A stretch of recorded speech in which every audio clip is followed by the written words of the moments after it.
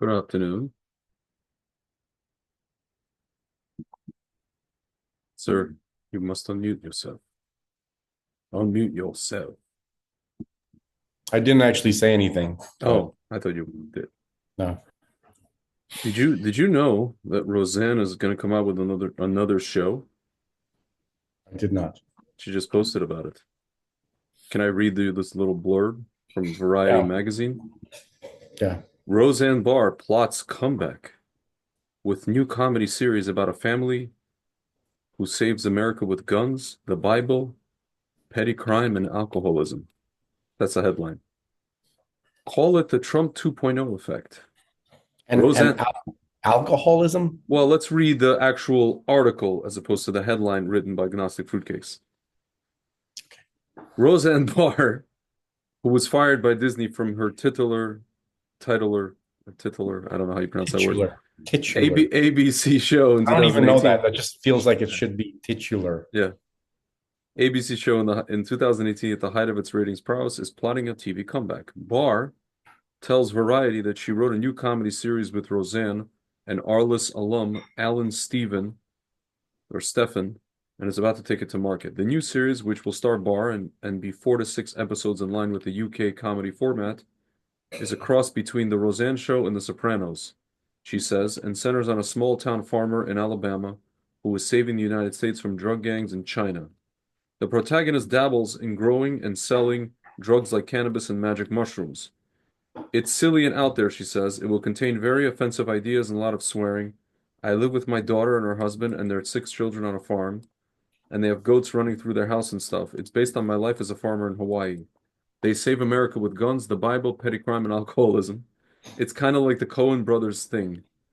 In 2018, Barr referred to former Michelle Obama aide Valerie Jarrett as the offspring of the Muslim Brotherhood Planet of the Apes on Twitter. Okay. She apologized, blah, blah, blah. Okay, this is BS. By the way, I heard her talk about that. Yeah. Valerie Jarrett thing. Yeah. She didn't know Valerie Jarrett was black. I know. She didn't even know she was black. It was the haircut. Yeah. There's a character in Planet of the Apes. Yeah. Dr. Zaius. The same hairstyle. I'm gonna finish reading this and I'll show the folks at home who this person. She hasn't worked. She was black. Yeah. She hasn't worked in the mainstream entertainment industry since, even though her longtime Roseanne Co-star John Goodman supported her by saying, "I know for a fact that she's not a racist." Her new series shares DNA with her mega hit series Roseanne, which followed a working class family and ran from 1988 to 1997. It was followed by a successful 2018 revival. Barr tells Variety that her new series will follow a family with similarities to the Connors and the clan featured in her two shows. There's a scene where I have to strap myself into a corset. My grandmother helps me, and then I go into town to flirt with all the shopkeepers that are just grotesque people. It's just kind of a cartoony kind of thing. Barr, who was dropped by her longtime agents at ICM over the tweet, said that the project will soon be shopped in Hollywood, but declined to say who is selling it. If Hollywood doesn't buy it, then I'm just going to make it myself. Does anybody in Hollywood like America or the people who watch TV? Because the people who watch TV would really like to see a show where working class people win against the enemies of America. Barr says Disney cut ties with her in 2018 before a single sponsor pulled out because of a political phone call. She says Disney CEO Bob Iger called Jared and Obama and promised that the controversial star would be removed from the airwaves. A Disney source says Iger never spoke to Obama and only talked to Jared after the decision was made. But the climate has shifted in the past few months compared to Trump's first presidency. During Trump 1.0, Barr was among a small group of industryites who vocally supported him during the presidential run in 2016. She believes it contributed to her cancellation. Iger later called Barr's tweet completely insensitive, completely disrespectful. Sorry. This time around, many influential players, oh, sorry, in the tech and media landscape have thrown their support behind Trump, marking the pilgrimage to Mar-a-Lago or otherwise cozying up to him. Moguls, including Apple's Tim Cook, Meta's Mark Zuckerberg, and Amazon's Jeff Bezos, were all on hand in the Capitol Rotunda when the 45th and 47th president was sworn in on January 20th, while Larry Ellison, but okay, we know all this stuff. Barr says the recent presidential election results prove that viewers are eager for content that Hollywood has been loath to make. Hollywood has made itself irrelevant to the American people, she says. If they want to survive, they should work with the new president. American people elected him in an overwhelming victory. They should get back in touch with them and make some money, which I don't know if they do or not, because they've been proven to be ideologues rather than business people. What shocks me is the fact that they prefer to lose money and then explain that to shareholders who apparently have no problem with that. Yeah, because they're grass like fruitcakes. Barr is currently the host of the Roseanne Barr podcast and has appeared as a guest on the fellow comedians show like Club Random with Bill Maher. When asked if she would consider ABC if the network was interested, and she replied with an emphatic F no. As for other potential Hollywood suitors, Barr isn't so sure that one will step up. I don't give a blank either way. I'd like to get paid handsomely to bring another poop blanking network back from doom, as I've done twice for ABC, but I just don't see how they would keep their nose out of my business. We'll see. If not, I'll just go somewhere else and put it on my own website. And though she is full-fledged MAGA adherent, she isn't necessarily BFFs with the Trumps in her circle. She felt this thing after inviting multiple members of Team Trump to appear on her podcast, but found no takers. She even launched a music video with Canadian rapper Tom MacDonald 2 days before the inauguration, titled Daddy's Home. The ode to the president has notched 4.8 million views to date. The Trump administration regards me as a loose cannon, which I am. I'm not a party line person for anyone or anything except myself. The Trump staff or whoever runs it, they're a little afraid of me. I'm a loudmouth comedian, so I understand it, but it really hurt my feelings. But what are we gonna do? That's it. So I'm excited for the show. I want to see what this is gonna be about. It sounds like something between like Breaking Bad, Roseanne, and like Sopranos, and I don't know. Sopranos. Always sunny in Philadelphia. We'll see. No. Sir, oh, before we move on, I want to show you what she was talking about. Here, Dr. Z, Dr. Zero, Dr. Zeus. Oh, Dr. Zeus was the male, so that there was Dr. Zero. This one. What are we talking about here? This is from Planet of the Apes, what she said that Valerie Jarrett looked like. Ah. This is who she was referring to. Dr. Zero. Dude, I mean, there you go. The hair, man, the hair. Yeah, it's a hair. I mean, the hair is a little more Eddie Munster here. Yeah. But it's a very similar hairdo. Yeah. Now show Valerie Jarrett. People. Yeah.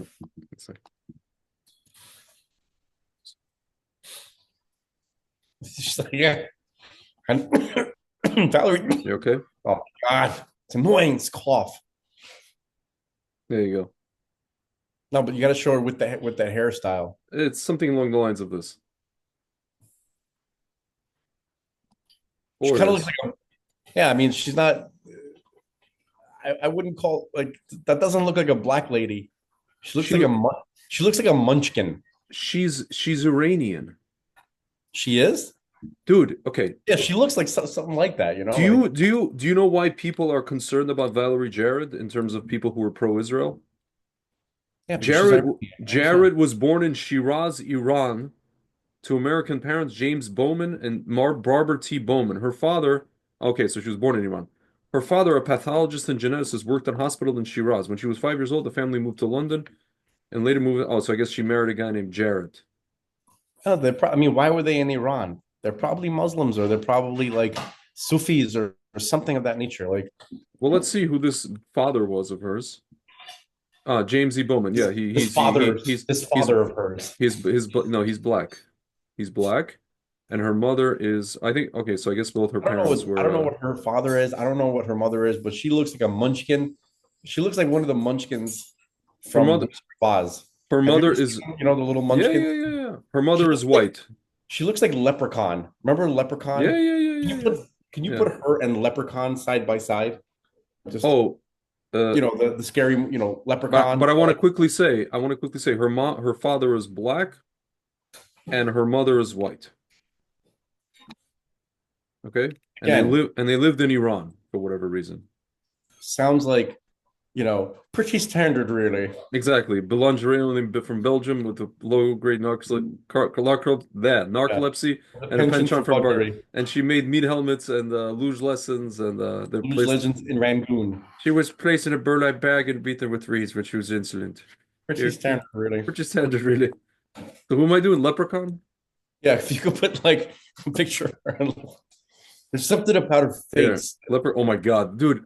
This is the thing. One of the things besides it, remember, Leprechaun. the clown from It, and this gives me nightmares. I don't know. There's something about like her face. Like, look at her. You see with the leprechaun with the light on its face Yeah, all the yeah, way to yeah, the yeah. right top. Yeah, Look at this. that. Yeah.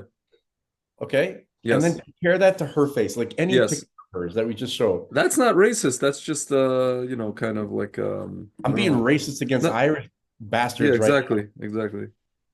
I mean, listen, if you left Ireland, you're Irish and you left Ireland, Yeah. we cool. But if you Irish, Yeah. I don't know. We're gonna Yeah. have to Yeah. guilty until proven innocent Yeah. because you got a real leprechaun Yeah. Huh. running your country right Oh now. my God, that guy. Dude, he looks like, you know what he looks like? He looks like what an orc looks like when it's about to become an orc. Like pre-orc. Like a human, almost not like past the human stage, like in between orc and human. He looks like Here. what anti-Semites Portray Jews to me, be. Yeah. yeah. This is like he looks like like from Dude, anti-Semitic. you know what he looks like? Yeah, Like that's but it's yeah. he Look looks at like this an guy. Oompa Loompa grew. Like if Oompa Loompas were taller? Look at him. Oompa Loompa. I'm talking about I munchkins. You're hate talking the about Oompa Jews. Loompas. I hate the Jews. And so should you. Look at this. And dude, and Biden is like 6'8", He's a real dwarf. He's a By the way, folks, in the again, Exodus story, we have a tradition that Pharaoh was a dwarf. dude, this is like Larry David's nemesis. Look at it. He looks like that guy. He looks like a Muppet. He looks like Yes. He looks like one of those old guys from Muppets, the ones in the like Loge. Waldor and no, not Waldor. Here, He here. looks like Waldor Here, and, yeah. and those two. This guy. He looks like a mix of. Theater He looks critics. like those two guys made a child. No, he looks like that Look and at- Waldor. Yes. Can you show Statler and Waldorf. Yeah. Statler and Waldorf? That's their names, yeah. All right, but there's also there's like an eagle There's one that's like Oh an yeah, eagle. the Muppet that's an eagle. Yeah, can you look up the Muppet? You have, when you put them Oh my together, that's God. you got it. You got it. You Yes, see it already, right? this guy with a Yes. rectangular head, Yeah, this cylindrical guy head. and Statler, and if they had spliced their genetics, who this is who it is. Okay, that fucking leprechaun. You guys, you guys hired a real leprechaun to run your stupid country. He dragged. He chose to take the And anniversary. this guy's supposed to represent the bald eagle from America for the Muppets. That's what they wanted to depict. No, no, this guy is. They used him for lots of different things. I know, but Dude, look at it's it. not exactly. Look at It's not this. like the Muppets are very patriotic, and they're a bunch of Dude, this looks commies. like the Jim previous Henson's some kind administration. of commie This looks bastard. like the previous administration. You know, like the Health of Human Services guy, and then the what's her name, the Yeah. secretary, what's it, the media lady, and then whatever. Oh my God. Did you see that Hegseth? Did you see that Hegseth has a full Secret Service Yes, he bodyguard? has a frum guy. Yeah, of course. Pete Oh my God. Hegseth has a bodyguard who's an Orthodox Jew. I didn't see that coming. That's not. Yeah, Although it would make sense that an Orthodox Jew would want to protect that guy at all costs, yeah, right? yeah, The one American politician who's like, why can't we build a third temple? What's the big? Why does everybody else get to have their holy place except for the Jews? The Jews yeah, aren't the only ones who can't have their holy place. yeah, So literally, he's the only person on earth who has any common sense, right? yeah, And is yeah, completely corrupted by demonic evil. So yeah, there's going to be an Orthodox Jew protecting him with his yeah, life. yeah. That's stunning. It's crazy, dude. It's really crazy. Yeah. So, oh man. So if you don't mind, sir, on Shabbos actually, I pulled this book out by we've mentioned Rabbi Bartzadok Yeah, on a few occasions. This is I think this might be his most recent publication, even though it was published in 2023. he had a I couple of books out come out the same year, so it doesn't really. Yeah, but this is one of his recent things. And in this book, he mentions this whole situation about demons, and Shedim and fallen angels and all the rest of it. And within I guess the context, I was thinking about it within the context of UFOs, and I'm sure he also was, even though he doesn't really outright mention it, because History Channel called him to go to Skinwalker Ranch. Remember that episode that we Yeah, and he came there. It was actually quite funny. Like he helped them out to kind of identify what the heck they're looking at from a spiritual perspective, and then he went to pray, the evening prayer, and then they're like, yeah. "Oh, Rabbi Bartzadek is going to pray this special Special prayer, and it's just prayer like incantation. It's Mariv, it's just the evening service. yeah, service with the Shema, the Shema Regular Israel, old yeah, the most yeah, regular evening yeah, prayer service that every single Jew yeah, who prays 3 times a day says. yeah. Okay, so basically, it talks about here. Okay, I'm gonna just read if you don't mind. There's a section here about demons themselves, and he goes into here. This is about demons.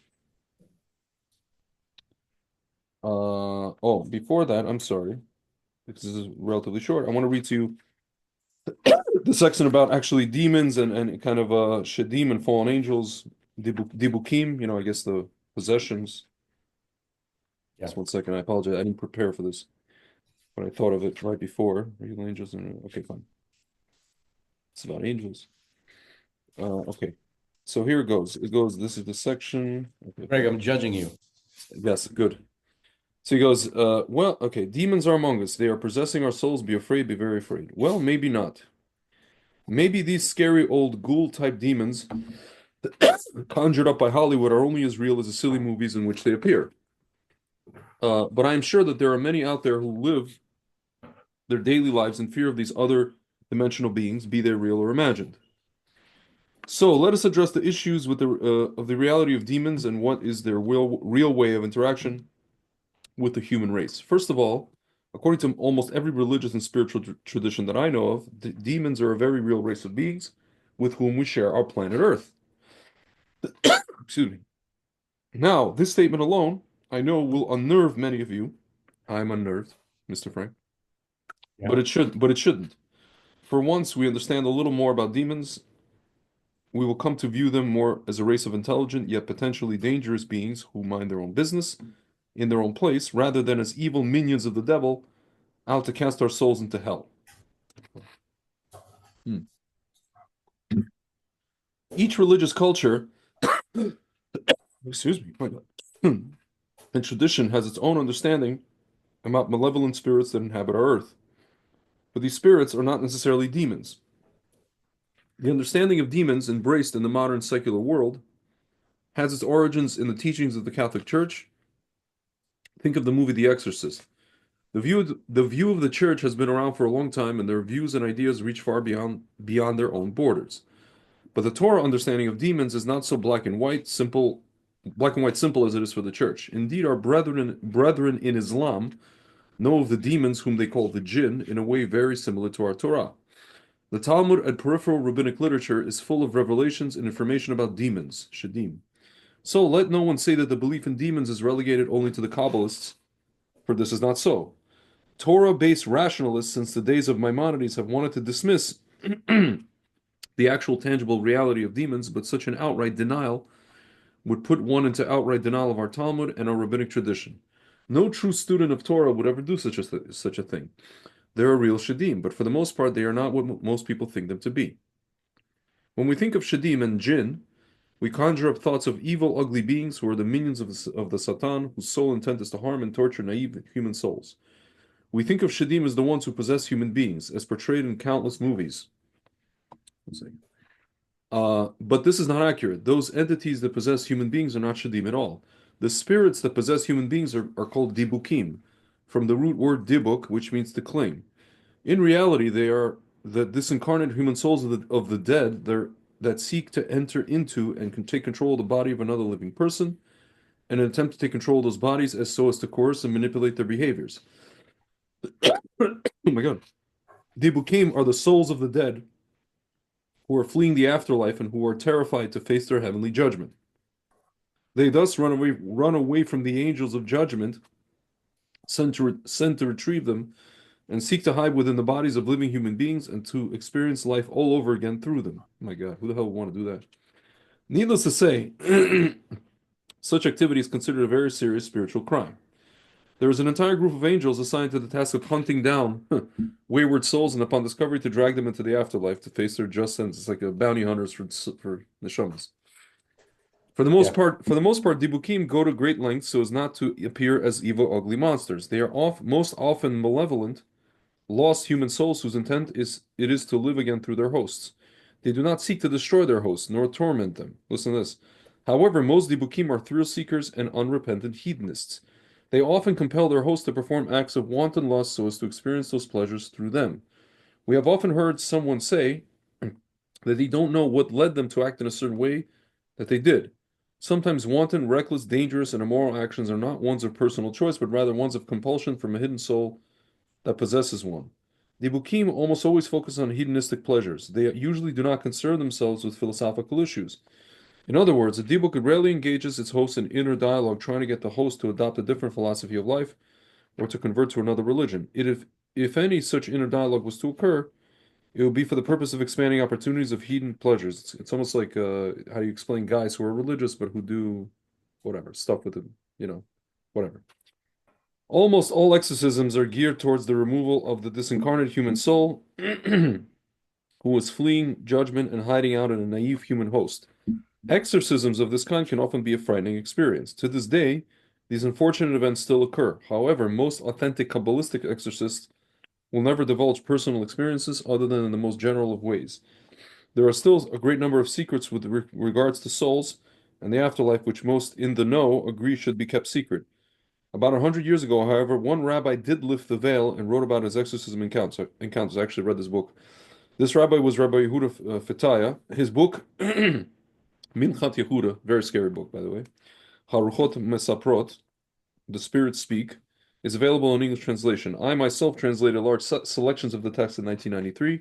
Since my efforts, others have come forth and translated the entire book. It should be readily available for those interested in this topic, but be warned, such reading is not for the easily frightened. Yeah, it's a crazy book. Now that we've discussed the Bukim and distinguished them from the Shedim, let us return to discuss the Shedim and discuss what it is that some of them actually do. First and foremost, we must declare that Shedim are not the fallen angels spoken of in Genesis 6.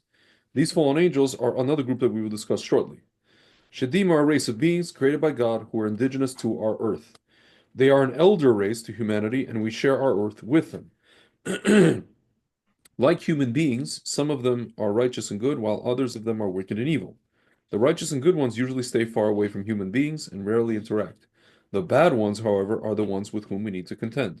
Now, that being said, we need to reveal that this earth upon which we live is far grander and greater in scope than what meets our physical eye. Anyone with meditative or astral travel experience may have visited other realms right here on earth that do not seem to exist anywhere here on earth. This is no contradiction, neither is it a delusion. The fact is that there is more than one dimension of life right here on our earth. Many different races share our earth with us, but each inhabits its own relative dimension of time and space. And this may or may not include inner earth and the realms existing down there, be they in this dimension or parallel one. In classical literature, Avot the Rebbe Natan and elsewhere, it is said that Shedim are like human beings in three ways and like angels in three ways, as to which angels reference is not made, nor is it important. Like angels, Shedim can apparently fly, be invisible, and know the future for as much as 30 days to come. Like human beings, Shedim eat and drink, sexually procreate, and die. This description helps us draw some interesting conclusions about the actual nature of these created beings. It also arouses some concerns with regards to some modern day issues associated with aliens and alien abductions. Shadim give the appearance that they fly, that they can be invisible. Rather than subject these powers to myths and legends, let us understand them more scientifically. In order for real Shadim to act in this way, it will mean that they exist side by side with us in a higher, parallel dimension of space and time. They act in the ways that are normal and natural for the dimensional plane. Although they exist in their dimensional plane, they also have access to ours. They seem to have this access in an easy and natural way. Human beings can also access the higher dimensional plane inhabited by the Shadim and others, but this requires of the human advanced training and meditative practices that enables one to travel astrally outside the physical body, limited as it is to three-dimensional space. What is interesting to note is that Shadim procreate sexually, and we have a long history of documentation detailing numerous episodes of Shadim breeding with and procreating with human beings. As strange as this may sound to some, it seems to happen so often that one may question just how irregular it is. For hundreds of years, rabbinic sages have written works documenting how Shadim sexually breed with human beings and do so with great desire. Indeed, we have documentation of human shed marriages, and in one such instance, recorded in the book Kav HaYashar, I guess the straight path, the hybrid offspring of such a union actually appears in a human court of law, Beit Din, to plead their case over the right of inheritance. Kavya Hayashar was some sort of halachic text, by the way. Let's see. He probably gives a reference there. He doesn't give any reference. Kav HaYashar was Hayashar, it was known it page was 68, something 68, something like that. he doesn't give any ref. Oh yeah, 68, 69. Yes, yes, yes. You're right. Oh wow. Authored by Tzvi Kaidanover in I guess the mid 1600s. A rabbi at Frankfurt and son of Samuel Karnover is an ethical Kabbalistic collection of stories, moral guidance, and customs. One of the most popular works of Musar literature. It serves as a guide to God-fearing piety and to preserving the norms of the community, framing his teachings in the context of individual providence and the reckoning of sins and merits. The title of the work alludes to the number of chapters it contains. Kav, it means 102, as well as the author's middle name, anagrammic to Hayashar, Hirsch and Hayashar. Interesting. Is known for uplifting the spirits of Jewish communities in Europe after the Khmelnytsky massacres. First published in 1705 in Frankfurt, has appeared over 80 editions. Okay. Yeah. It draws on Yesod Yosef, a Musar work infused with Kabbalistic teachings of Isaac Luria, written by Kadanover's teacher Yosef Yoske of Dubno. It constitutes a deliberate effort to popularize Tzfatian Kabbalah, like Safedian from Tzfat, by adopting a much more understandable style in Hebrew. Relatedly, it reflects some extent a Kabbalistic dualism, dividing all aspects of reality according to their affinity, either with the divine or with impurity. Uh-huh. So basically, it talks about this whole thing, and then it says human shed hybrids are said to be highly sought after in the Shedim realm and are considered to be something like a noble class. When one reads in modern UFO literature, here we go, about so-called alien abductions, these patterns sound identical to those attributed to the passage in the passage Shedim. Maybe this association will help those who believe in aliens, but not in Shedim, to finally become aware that the two are most likely one and the same. For centuries, Shedim had ran a breeding program to infiltrate themselves among human beings. While the ancient literature on the subject is there, it often goes untranslated and thus unnoticed. But there are authors today who have noticed the hybrid program and the many hybrids among us. Authors like David M. Jacobs and John E. Mack have covered this subject and have published some very interesting observations and conclusions, the likes of which most certainly do not contradict anything in Torah literature. Whatever it is and whoever's behind it, there does seem to be a hidden agenda by some higher dimensional beings to solidify their forms here in our three-dimensional space-time. As to what this agenda may be, we will discuss shortly. However, there is more to the story. We have yet our third group of entities who are not Shedim and who are not disincarnate human souls. These are the fallen angels, the sons of God, referenced in Genesis 6, who have become entrapped here on earth. Let us now discuss them. Genesis 6 speaks of a group of angels who descended to earth in the attempt to make this world a better place, at least from their own point of view. Unfortunately, they themselves fell victim to the same crushing energy forces of physicality that compromises even the most spiritual of souls. Rather than remain fluid, balancing themselves between the higher and lower dimensional planes, Can as we do slow down for a second? yeah. I just want to stop you for a minute. Yeah. Those fallen angels, right? They came to earth because they were complaining about the job that man was doing. Yeah. They thought that they should be the ones doing it, Mhm. and then that God was telling them not to go, but he was doing so for their protection. Meaning he didn't want to subjugate them. And so they decided, that God might be telling them to do it like either subtly or he needs them to do it, Mhm. but he just doesn't have the heart to send them down there. Yeah. So instead of taking God at his word, they came there and they realized that they were no match, that they were not made to be able to function in the earthly environment, and they fell harder than man, much harder than man, and also they fell instantly. Okay, go ahead. Sorry. So rather than remain fluid, balancing themselves between these higher and lower dimensional planes, as do the Shadim, these angels, like Adam before them, became completely immersed in the physical dimension. They ended up succumbing to physical lust and began to mate with human women. Hang on a second. What did he say about the Shedim? What did he That say? Shadim are, like he goes, rather than remain fluid, balancing themselves between the higher and lower dimensional planes, as do the Shadim, or as the Shadim are able to do, these angels, like Adam before them, became completely immersed in this physical dimension. They ended up succumbing to physical lusts and began to mate with human women. Their hybrid children, the Nephilim, thwarted and corrupted the natural order, turning the world into a sexually perverted and violent hell. The Bible relates to us what happened soon thereafter with the flood of Noah. So, what happened to these fallen angels after the flood? What happened to their children, the Nephilim? Where are they today? While the written Torah does not discuss details of this, the oral Torah does reveal the secrets. The fallen angels were not human beings. Although they could take on human form, they were not bound to it. They existed in the same dimensional plane as do the Shedim. This is why many times, for many different reasons, one group is mistaken to be the other. But the fallen angels came down to earth with good intent, despite being rebellious. The punishment of heaven towards them was most fitting. Being that they came to help humanity, Their punishment was that they would be forced to complete the job. They were sentenced to remain earthbound until the ultimate repair, tikkun, of the Adamic race is complete. Heaven established a special body of angelic governors who serve as the angelic princes over the nations, the lower heavenly Sanhedrin. These fallen angels, who have not yet been able to reascend to heaven to serve as the spiritual Sanhedrin court that directs the course of nations, they receive their instructions from the watcher angels, who in turn receive their instructions up through the chain of command directly from God. Okay, let's stop. Yeah. The ministering angels that we've been talking about this whole time, Mm-hmm. from the first time we've had these conversations, right, are one and the same as the fallen angels. He goes on to say this. I know. I just wanted to. Okay. You read real fast I'm sorry. and No, I mean, everything you write, everything you read is like super casual. Like you're reading yeah. like the sports, Yes. scores and stuff Yes. like that, or like the traffic reports. Yes. Yes. That's how you read. Yes. All right, continue, please.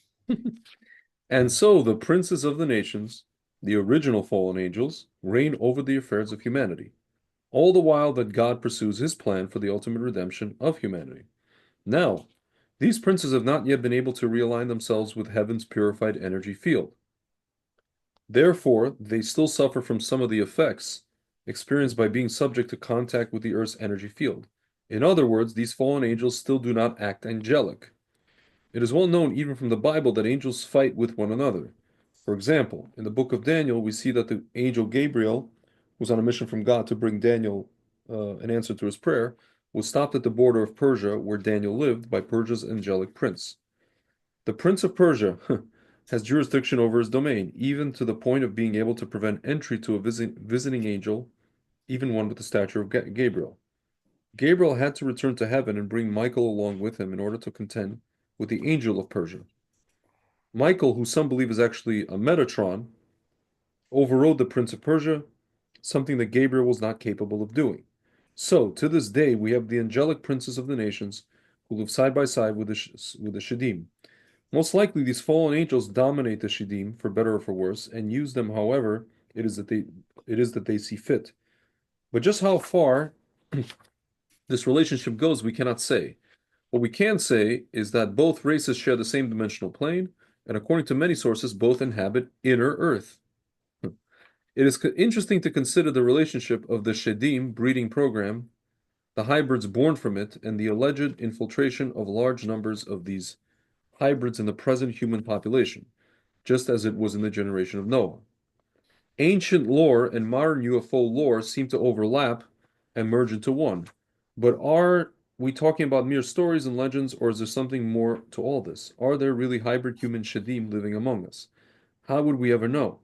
What would we look for? How would they be recognized? While modern UFO lore has no answer to these questions, ancient Kabbalistic teachings do have answers. Unlike modern scientific models, ancient religious and spiritual traditions from around the world speak about the existence of a soul.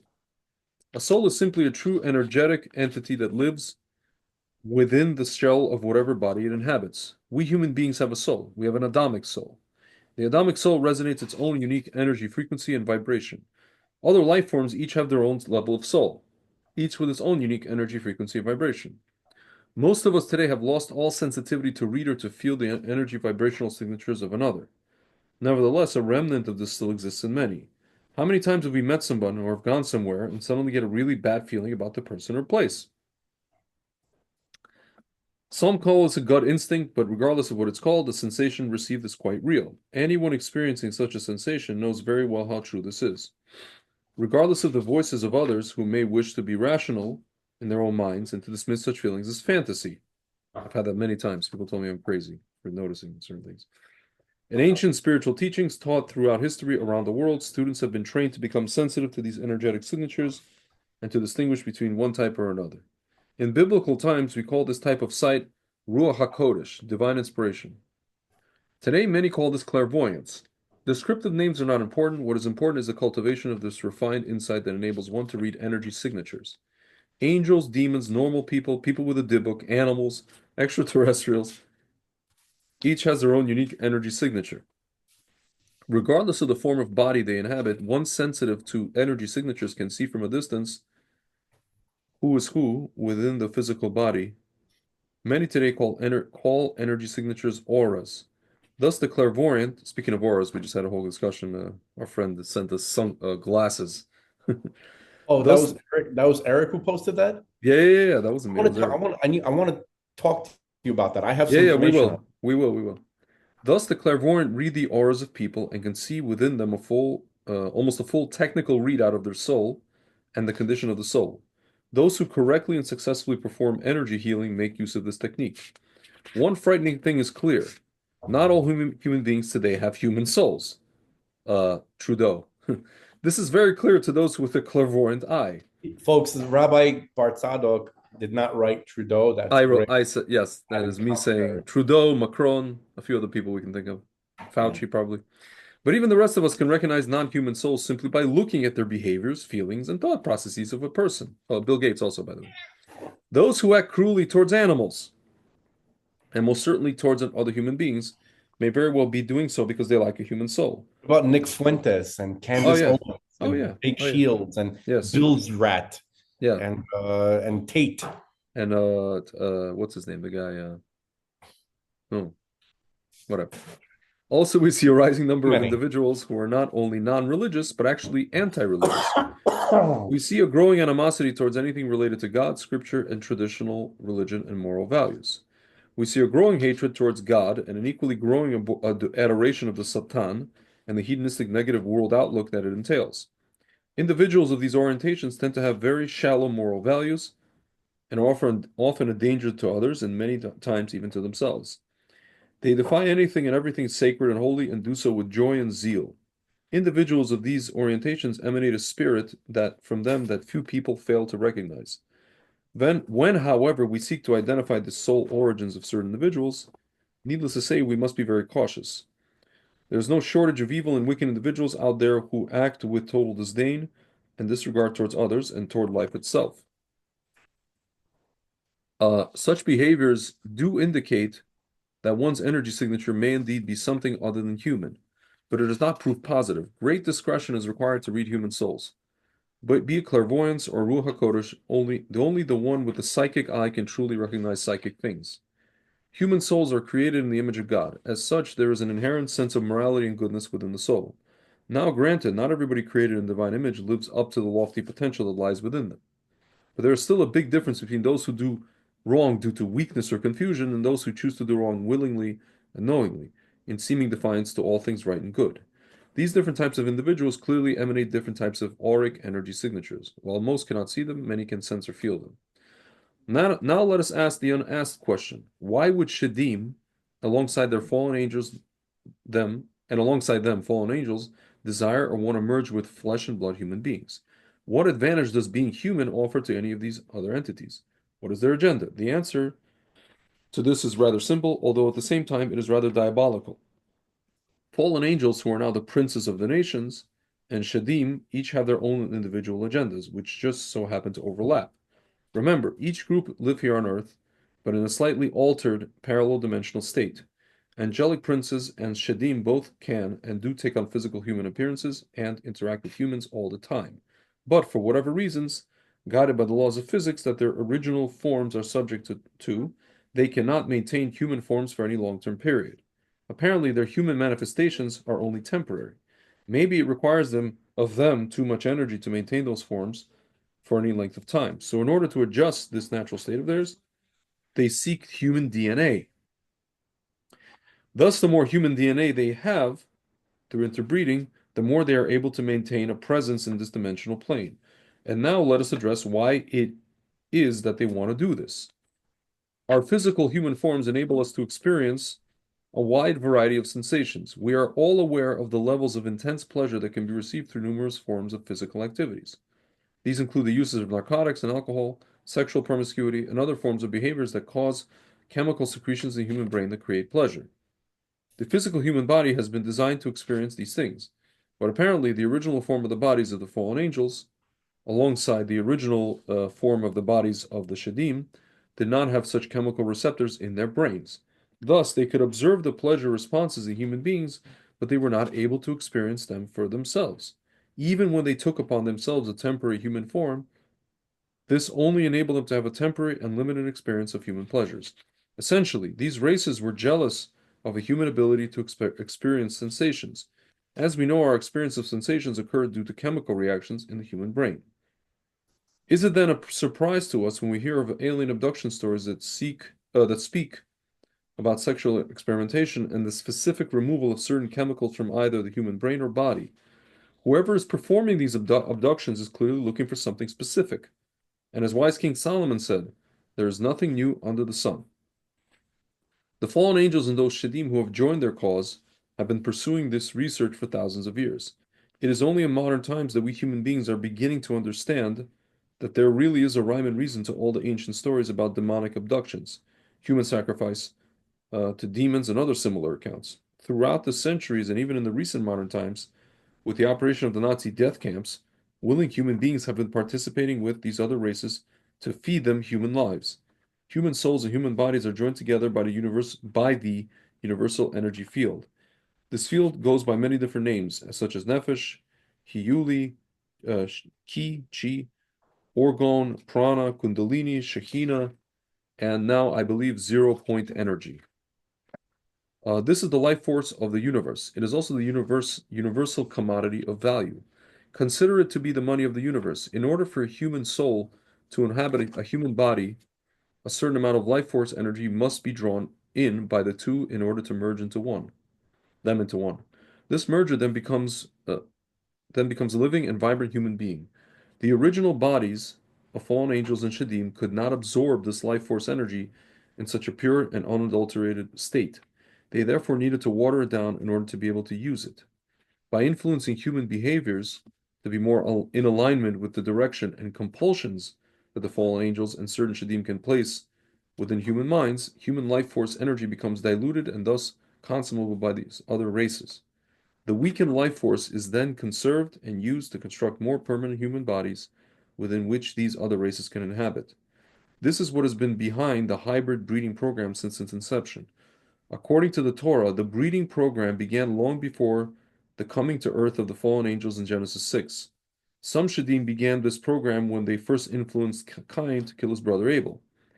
The original realignment began with Cain's soul. This is what led to the almost total loss of his genetic progeny. Of course, some did survive the flood and prosper afterwards, but not on the face of this earth. But this is a topic for another time. To become human so as to experience human sensations in full, this has been the obsession of these other races for a very long time. But we should not conclude that this is their only agenda. Remember, the fallen angels are the princes of the nations. They are here to, under divine command, to guide the course of humanity to the good goal of righteous and moral behavior. They cannot fulfill their mission if and when humanity, or those appearing to be human, are all acting wantonly with violence and out of control hedonism. No, those who are out of control must be brought under control. And this is where the hybrid breeding program takes its last step. These princes of the nations and those Shedim serving under them have sought to manipulate, a couple of pages, human beings both genetically through their breeding program and socially through their infiltration of human society. The end purpose of this program is to remove independent free will from the hearts and minds of human beings. Their goal is to create a race of docile human beings who will do what they are told. In this way, the princes of the nations can turn to God and proclaim, "Behold, we have brought peace to earth and unity to humanity." Of course, the cost of all of this is the perennial imprisonment of the very human Adamic soul sent here in the first place to accomplish all these things. But the fallen angels want it this way to prove to heaven that the only good and docile human beings are the ones who are not fully human by divine standards. Of course, this is not the divine plan. And so the fallen angel plan and the divine plan are at odds with one another.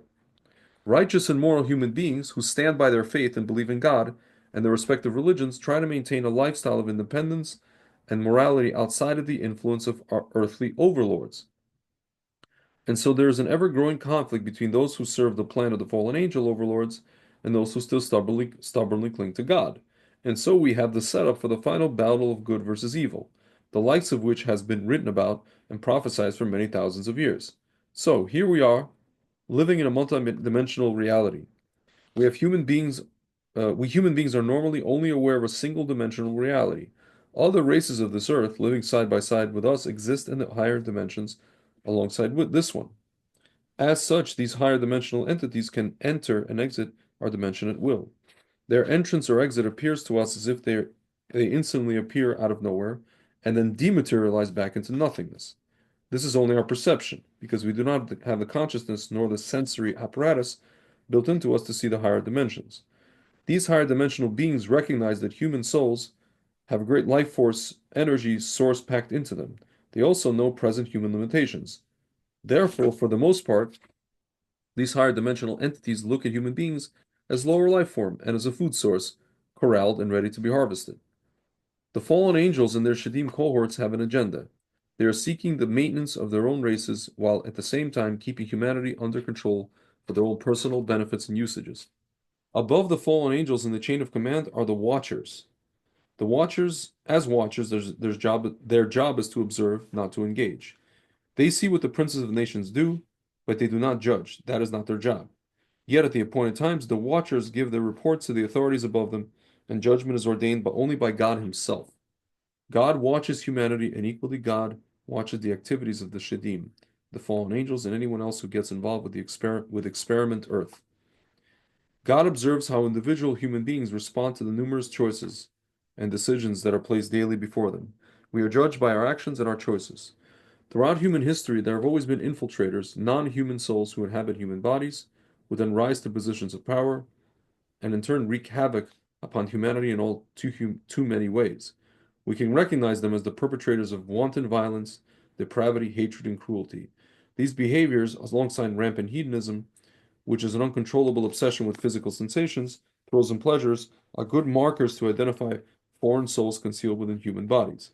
So, what is one supposed to do with the information revealed therein? For the most part, this information is academic in nature. It is meant to be informative, and that's all. But for some others, the insights revealed therein might inspire one to make every effort to live a moral and righteous life. In the days of Noah, God sent a flood over the earth to remove the contamination of the hybridization common in those days. Prophecy states that in the days before the coming of Mashiach, there will be many great battles. Yet the greatest of battles is the internal individual struggle wherein each human being must decide to which influence he will succumb. Each human being must decide if one desires to identify and associate with one's spiritual origins, or with the new image and identity that the forces of the other side, Sitra Achra, have in store for the human race. God allows this scenario to play out. God sees all the non-humans in human bodies who blaspheme Him daily. God doesn't care about the petty behaviors of wayward non-human souls. Those incarnate into human beings who do not belong here will be returned to their places of origin, just as it was done in the aftermath of the great flood in the days of Noah. In the meantime, we each see the culture war raging around us. We are falsely led to believe that it is a war between two social factions with different political visions. But the present war is far more than this. It is a war between the heavenly forces themselves. It is a war between good and evil, between human souls and non-human souls. This insight should not come as a shock to anyone. It should be clear and evident. Those who hate God, His word, and His way rebel against these things with great joy and pleasure. They revel in their new human forms, hoping to subdue all humanity to their whims and ways. And God watches to see who will succumb, who will stand strong. A new flood of cleansing will soon come to cleanse the earth again. Life on earth must spiritually evolve and progress on to the next stage of existence. We call this the Messianic age. This present period of testing here in the schoolhouse earth will determine who gets promoted into the Messianic age and who will be left back to start life from scratch all over again on some distant foreign world. And it talks about primordial kings and their agenda. If you want to continue reading, I could. This is more Kabbalistic kind of stuff, more complicated. It's interesting, man. So all this UFO thing is connected to everything that's been going on with Right. with hoax. Right. So Bart Saluk has been saying this for years already. Mhm.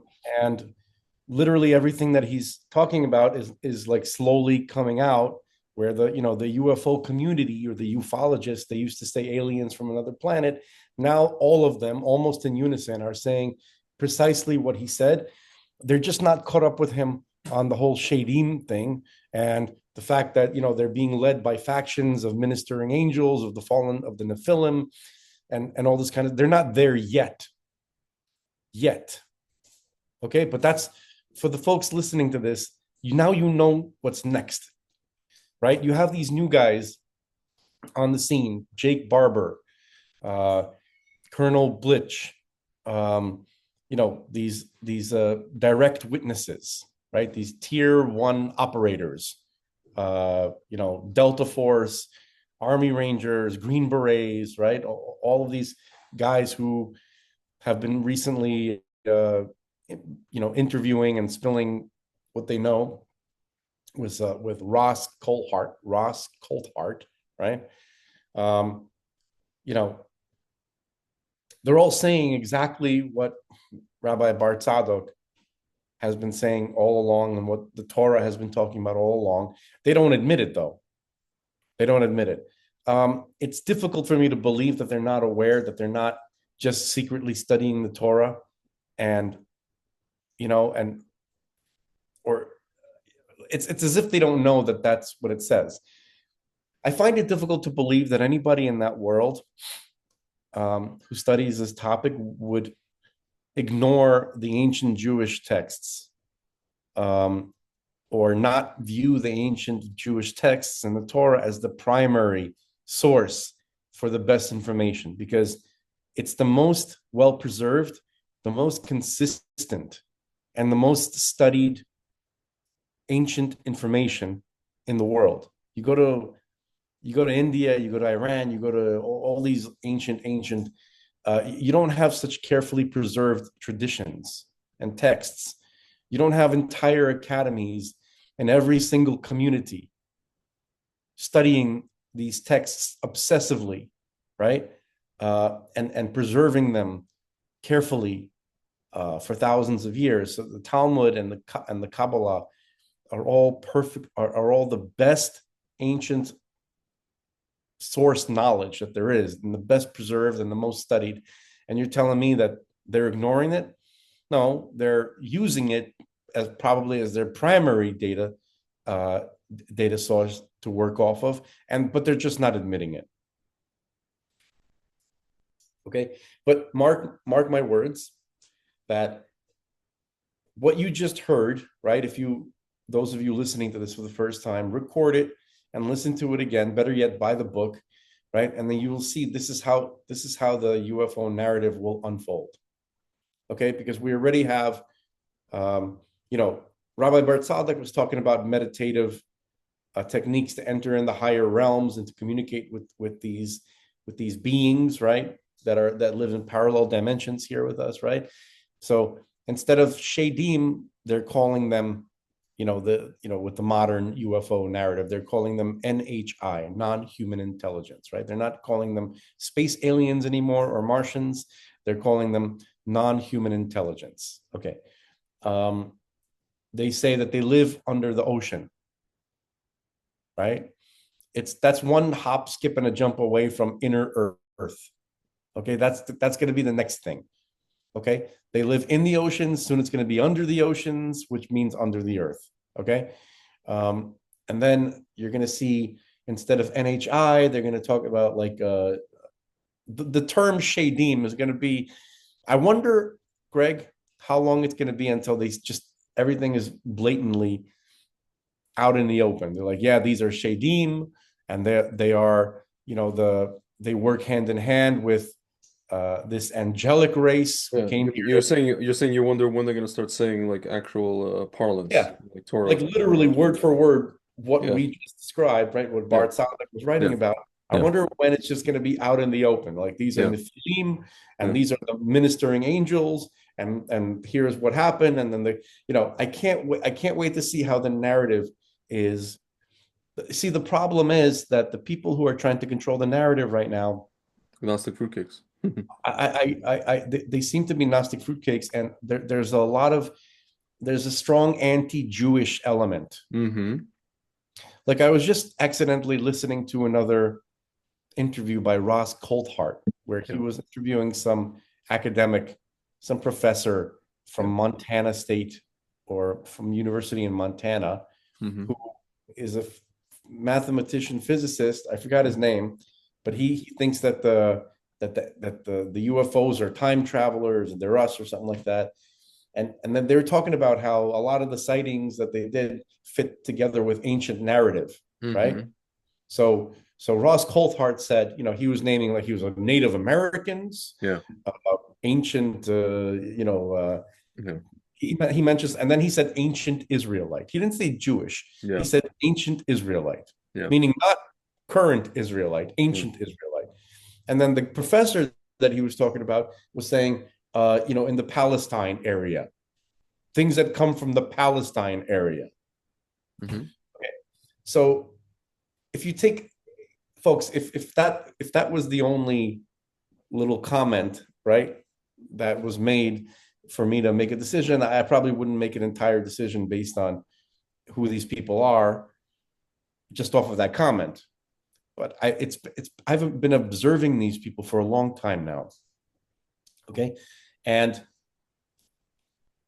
or more recently, this other guy, one of the new guys who did the most recent interview, one of the from the Jake Barber team, right? The psionic team, right? They keep saying this word psionic. We got to play some of these. We should play these interviews. Basically, we should probably play the Jake Barber like full interview, We could.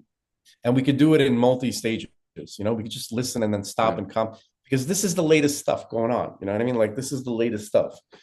So and I want you folks, I want our watchers to really understand what is unfolding. We're not telling you to believe it. Just be aware of the latest developments and what's unfolding, because you're watching something that is clearly part of the messianic revelation. Yeah. Okay, I'm not saying that these people are doing this consciously, or but it's the unfolding process, because they're talking about things that are supernatural and spiritual. They went from science to spiritual now. Everybody's saying it's spiritual. It's spiritual. How long have they been saying it's spiritual already? For a year? About a Yeah. year now. Yeah. Everybody's saying it's spiritual in nature. It's spiritual. And then this Jake Barber guy was talking about, his version of the Shekhinah he experienced, when he was transporting the egg. Anyway, so Yeah. everybody will see what we're talking about in a second. Yeah. But this latest guy from his team, right? He was saying, he goes, I'm a Christian, Mm-hmm. but I could see how, so in my faith, there's no problem with NHI, right? Mm-hmm. Because you look out and you see the vast universe that God created. There should be no problem with it. But I could see how somebody from the Muslim or the Jewish faith might find that problematic. Mm-hmm. What? You see, like, these are just two things that I literally just heard today, right? If you start to stuff into that equation Graham Hancock Mm-hmm. and Randall Carlson and lots of Gnostic kind of anti-Jewish people, right? Mm-hmm. You'll see who's trying to get on top of the narrative. Yeah. Okay. And you start to wonder which ministering angel is in charge of this project. Yeah. You start to wonder, can you physically punch the shit out of a ministering angel? And It's then entirely you possible wonder, you how might much be able fun would to. it be to kill one, or to just drown one in a tub or something like that? Like, or will we ever get the satisfaction of doing that? I wonder. Am I the only one who thinks about these things? Or perhaps I am. Yes. Yes. All right. Yes. Okay.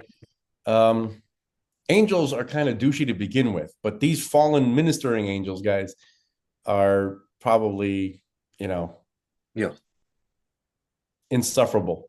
Yes. I mean, we've seen you. Remember the movie? Every time I think about you, the movie Dogma, the comedy, Chris Rock. Yeah. I think about those guys. The guy Bartleby and Loki. The guys played by Matt Damon and Yeah. Ben Affleck actually. Yeah. And then there's a few famous actors in there. Yeah. Fascinating, insufferable people. So I should play this 40-minute video. This from News Nation, right? Not the 40-minute one, no. There's The there's full more. 3 hour. The full 3 hour. Oh, We're now? obviously not gonna watch the full 3 hours. Okay.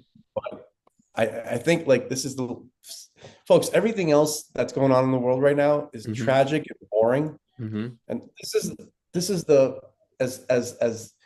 as problematic as it is, right? Even with the issues of, people trying to control the narrative, at Yeah. least subject itself, Yeah. like we're showing you Hmm. the unfolding of the spiritual world, Mm-hmm. but with the understanding that only our audience has right now, Yeah. that the Sitra Achra gets it first. Yeah. So this is the Sitra Achra attempting to jump on the narrative Yeah. of the spiritual. They want to present. It's Sitra Achra that wants to present the opening of the gate between the physical and the spiritual world to you. We are here to help you understand that yes, it's happening, but no, hold on. Don't immediately trust this narrative, because it's probably right now in the hands of the Sitra Achra, and it'll be interesting to see how it changes hands to the forces of Mashiach. Yeah. So there's like this 3-minute intro by what's his name, Cold Heart. Can I skip it and just go right to the interview of Jake Barber? Yeah. Okay. And by the way, I watched the whole 3-hour interview in stages. Way better. The 45 40 minute is a lump of shit. That's what somebody wrote on the comment section. All right. Yeah. Yeah. That makes sense. To us. Just skip with Jake. Public. Oops. Is an enlisted man in the United States Air Force and in an unofficial capacity for the broader intelligence community as a contractor. Over the last 3 decades, my work has been very diverse and has included the recovery of downed UAP of non-human origin. I am pleased to share that as of a couple weeks ago, I have fulfilled a promise to our friend David Grush by getting myself into a skiff with Congress, and I have provided top secret SCI testimony on the subject matter of UAP. With this behind us, I'm pleased to be at a place where I can share information with the public. The type of information I can share will be limited by my DOPSR restrictions and personal restrictions I have set in order to protect the privacy and quality of life of my friends, family, and colleagues. So with that, let's talk. So Jake, you've just made an historic revelation that we are not alone. How did it feel? Felt pretty good, actually. Get that off my chest. You've lived with this secret for how long? You could say more than a decade. So let's roll back. Let's tell the story of Jake Barber. Okay. You say you were an enlisted man and then you ended up working for the intelligence community as a contractor. Tell me that story. How did that happen? Well, in high school, I was 17 years old. I was prospected into a program, an enlistment program. It was a guaranteed enlistment or guaranteed training enlistment program contract for a specific career field at the time called combat control. Career field is still called that. The contract was unique at the time. It was a 10-year commitment to Air Force Special Operations. I finished my screening for that program, and in September of 1994, I shipped off to Air Force Basic Training. Upon completion of that, I went to a place known as Operating Location Hotel. This was Air Force Special Operations selection. I completed selection roughly 4 months later, and then entered into what is known as the pipeline. The pipeline is approximately a 2-year specialized training schedule where you go to a number of schools. At a certain point in my pipeline, I was approached by some individuals who had a discussion with me and convinced me it might be a good idea to consider becoming an airplane mechanic. Was that to be your cover? Yes. Yes. Because I notice your DD-214, which is your release discharge document from the US Air Force, which you've provided us, it says you're an aerospace mechanic. I was a mechanic. I spent a lot of time on the flight line at Pope Air Force Base and an obscure maintenance shop known as the Dash 21 Dual Rail Shop. And I spent a lot of time there in my cover capacity, and I worked hard. You're constrained very heavily, aren't you, by what's called a Defence Office Pre-Publication Security Review. Correct. And that's called a DOPSR for short. Yes. And if you accidentally or deliberately reveal information that they've told you that you're not allowed to reveal, you can go to jail for the That rest is of your life. correct. Yeah, they've created quite a landmine of words to avoid. So there are certain agency names, certain designations in the military that you're not allowed to reveal or use. Yes, and for good reason. Let me clarify something though. You were trained as a top special operations soldier. Upon completing that, I was given orders to Pope Air Force Base, where I spent a lot of time actually working in a maintenance capacity in an obscure maintenance shop known as the Dash 21 Dual Rail Shop. My time outside of that was spent in any number of clubs, you could say. I was a member of many clubs where I got an opportunity to do a lot of interesting training. You were given extensive special operations training. I trained in things like survival. I was in parachute club. I was in scuba club. I was in weapons club. I was in pilot club. I even was in Spanish club. I was in entrepreneur club, paramedic club. So they were fully training you for whatever that covert role was going to be. Nobody was training me. I was there on my own free will, out of my own interest, and trained in a number of clubs. A mechanic, but you were training yourself in a whole range of different skills. And I noticed your Correct. DD214 document, it actually shows that you've got a sharpshooter's achievement. Yes, yeah, So how many mechanics have a sharpshooter's achievement? not many. I will say that the standard for marksmanship in the Air Force is pretty low, but I did qualify as expert marksman in a number of small arms. Right. And you've also, I noticed, you're able to talk about the fact that you earned a commendation for the use of combat medical skills to help save the lives of 2 men in a horrible accident. Yeah, that's the interesting thing, is every once in a while my club skills would show up in the ordinary Air Force. Part of what goes on when things are heavily compartmentalized is often the left hand doesn't know what the right hand is doing. And so serving in my capacity as what is known as an OP4, an oppositional force, by the time I was deeply immersed in my club training, I soon began to be deployed as what's known as a red team member. I became a red team expert. So an opposition force person, what do they do? Just explain to me what you do. So OP4 is the bad guys. So an OP4 is a utility team, and that team's utility is in pressure testing or stress testing the effectiveness of what are known as blue forces, which are the good guys. Sure.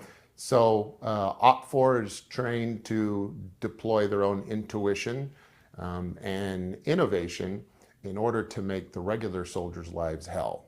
And that was where I was uniquely qualified and was deployed in that fashion in a number of real world scenarios and training scenarios. Now, it's a very useful set of skills that you acquired in the Air Force. Yes. You've essentially had the training of a top tier 1 operator at, if you like, Delta Force or STS-24 level, which is the top US Air Force elite group, but you were not a top tier 1 operator. That is correct. There's no evidence that I was ever assigned to any task force that was associated with those teams you just mentioned. What were you? What was I? Ross, I was a highly talented airplane mechanic who got to deploy on a number of presidential support missions. I was a security escort for what are known as HVTs all over the world. I also I deployed in Bosnia in support of the hunt for war criminals. So why do countries like America have covert people like yourself? What's the purpose of it? Well, there's a lot of utility in what you could call a hidden hand. For better or for worse, the US government and its agencies tend to paint themselves into a corner, and they're bound by their own regulations and rules of play, and which makes it extremely valuable to be able to outsource to folks who don't have to follow those same rules. So you were operating outside of the normal rule book, but To be clear, there's nothing wrong with a covert role. The US No. government uses covert operators all the time. Absolutely. It's 100% in the best interest of everyone in this country and to maintain superiority from a national security standpoint that we play the game that way.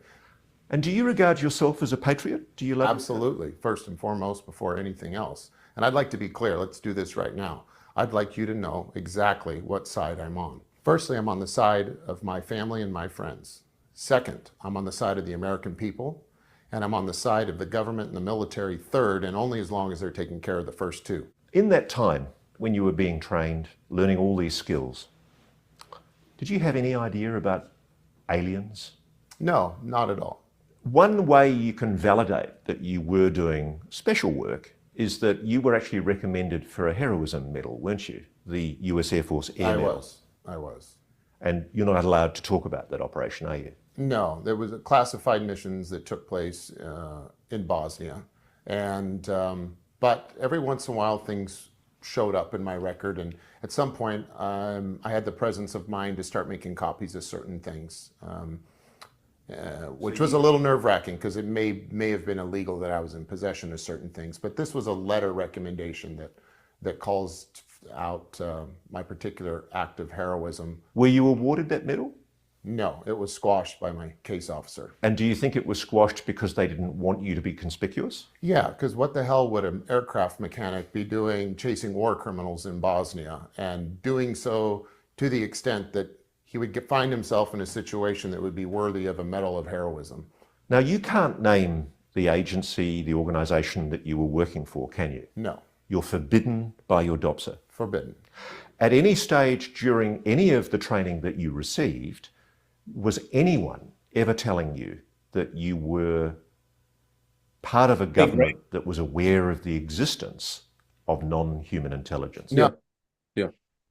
So just for the folks at home who may have missed it, he keeps talking about this DOPSERT thing. Yeah. Did you catch that? Yeah. So I forgot what it stands for, but basically, if anybody who works for the military or the government in any of these kind of operational capacities, right? Who deals with classified stuff.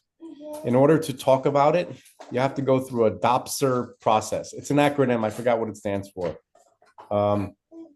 Where they give you an exact listing of things that you can talk about and words that you can say. Yeah. There's words that if you say, you go to jail. Yeah. So you have to study it carefully. If you're going to talk about something, you can only talk about what they allow. And if you touch upon any keywords or events or anything of that nature that they said that you're not allowed to, then you go to jail and possibly executed. It's called Defense Office of Pre-Publication and Security Review. Right. So this guy can't tell you who he was working for or anything. Yeah. Just, in case some of you guys missed that, or you heard DOPSER, but you didn't know. It basically says manages the Department of Defense Security Review Program, reviewing written materials for both public and controlled release. This includes an official government and defense industry work products, as well as materials submitted by cleared or formerly cleared individuals pursuant to their voluntary NDA, non-disclosure agreement obligations. DOPSA also coordinates official work products with defense enterprise stakeholders to ensure that information being released is both accurate and represents the department's official position. Yeah. This guy, by the way, is rich. Oh yeah. I don't know if he's a billionaire, but he's something close to that. Interesting. Okay. Yeah. So, all right. What? How did he make his? I don't understand. Like, so how did he? He doesn't talk about it. Interesting. Okay. But a lot of people, so that's one thing that a lot of debunkers, right? They love to jump on. For instance, like Lou Elizondo, right? They're like, oh, he's just trying to sell books or something like that. Yeah. Or this guy has nothing to gain financially from it. In fact, probably suffer from it because he has corporations that, depending on how people react to his story here, they may not want to have anything to do with him. Mm-hmm. You know what I mean? So This guy has, Interesting. at least financially, what to lose. Yeah. Which okay. So if you'd like to continue. Yeah. Oh, not at that time. And I'll have to tell you that everything changed for me right around 9/11. And I left the Air Force and basically made a left turn at Albuquerque, never part of the global war on terror. And quite literally made a left turn at Albuquerque and was sent out to California. Hey, at can you that stop that for a time second? to Sorry, begin one more time. establishing. Apologies. He keeps saying this left turn at Albuquerque, and I saw in the comments you have some people who don't understand what he's talking about. Anybody who grew up watching Bugs Bunny, right? But when Bugs Bunny is always burrowing under the ground in the beginning of the episode, he's traveling somewhere, and he's like, and then he gets up, and then he realizes he's in the wrong place. He goes, "Oh, I must have made that left. I must have made that wrong turn at Albuquerque, or I must have made a left turn at Albuquerque." That's from Bugs Bunny. So if anybody's confused that he's just joking, he's talking about something from Looney Tunes. But all right, please continue. That's it. My cover basis for an independent contractor, so that I can serve what was coming down the line next for me. And that is the path which led to the UAP subject. In your time in deployment, you met certain people from an aerospace company, Yeah. didn't you? Yes, I did. Now, it's also part of the constraints you operate under that you can't name that aerospace company. Correct. There's no good reason to name them, even if I wasn't constrained. What were they doing there? Well, they were supporting us with some new weapons technology that could be used to disable vehicles and aircraft. I can disclose this. Yeah. My understanding is that they were essentially using, it was actually, I think it's a matter of public record, that microwave weapons, pulse microwave weapons, were being used at that time.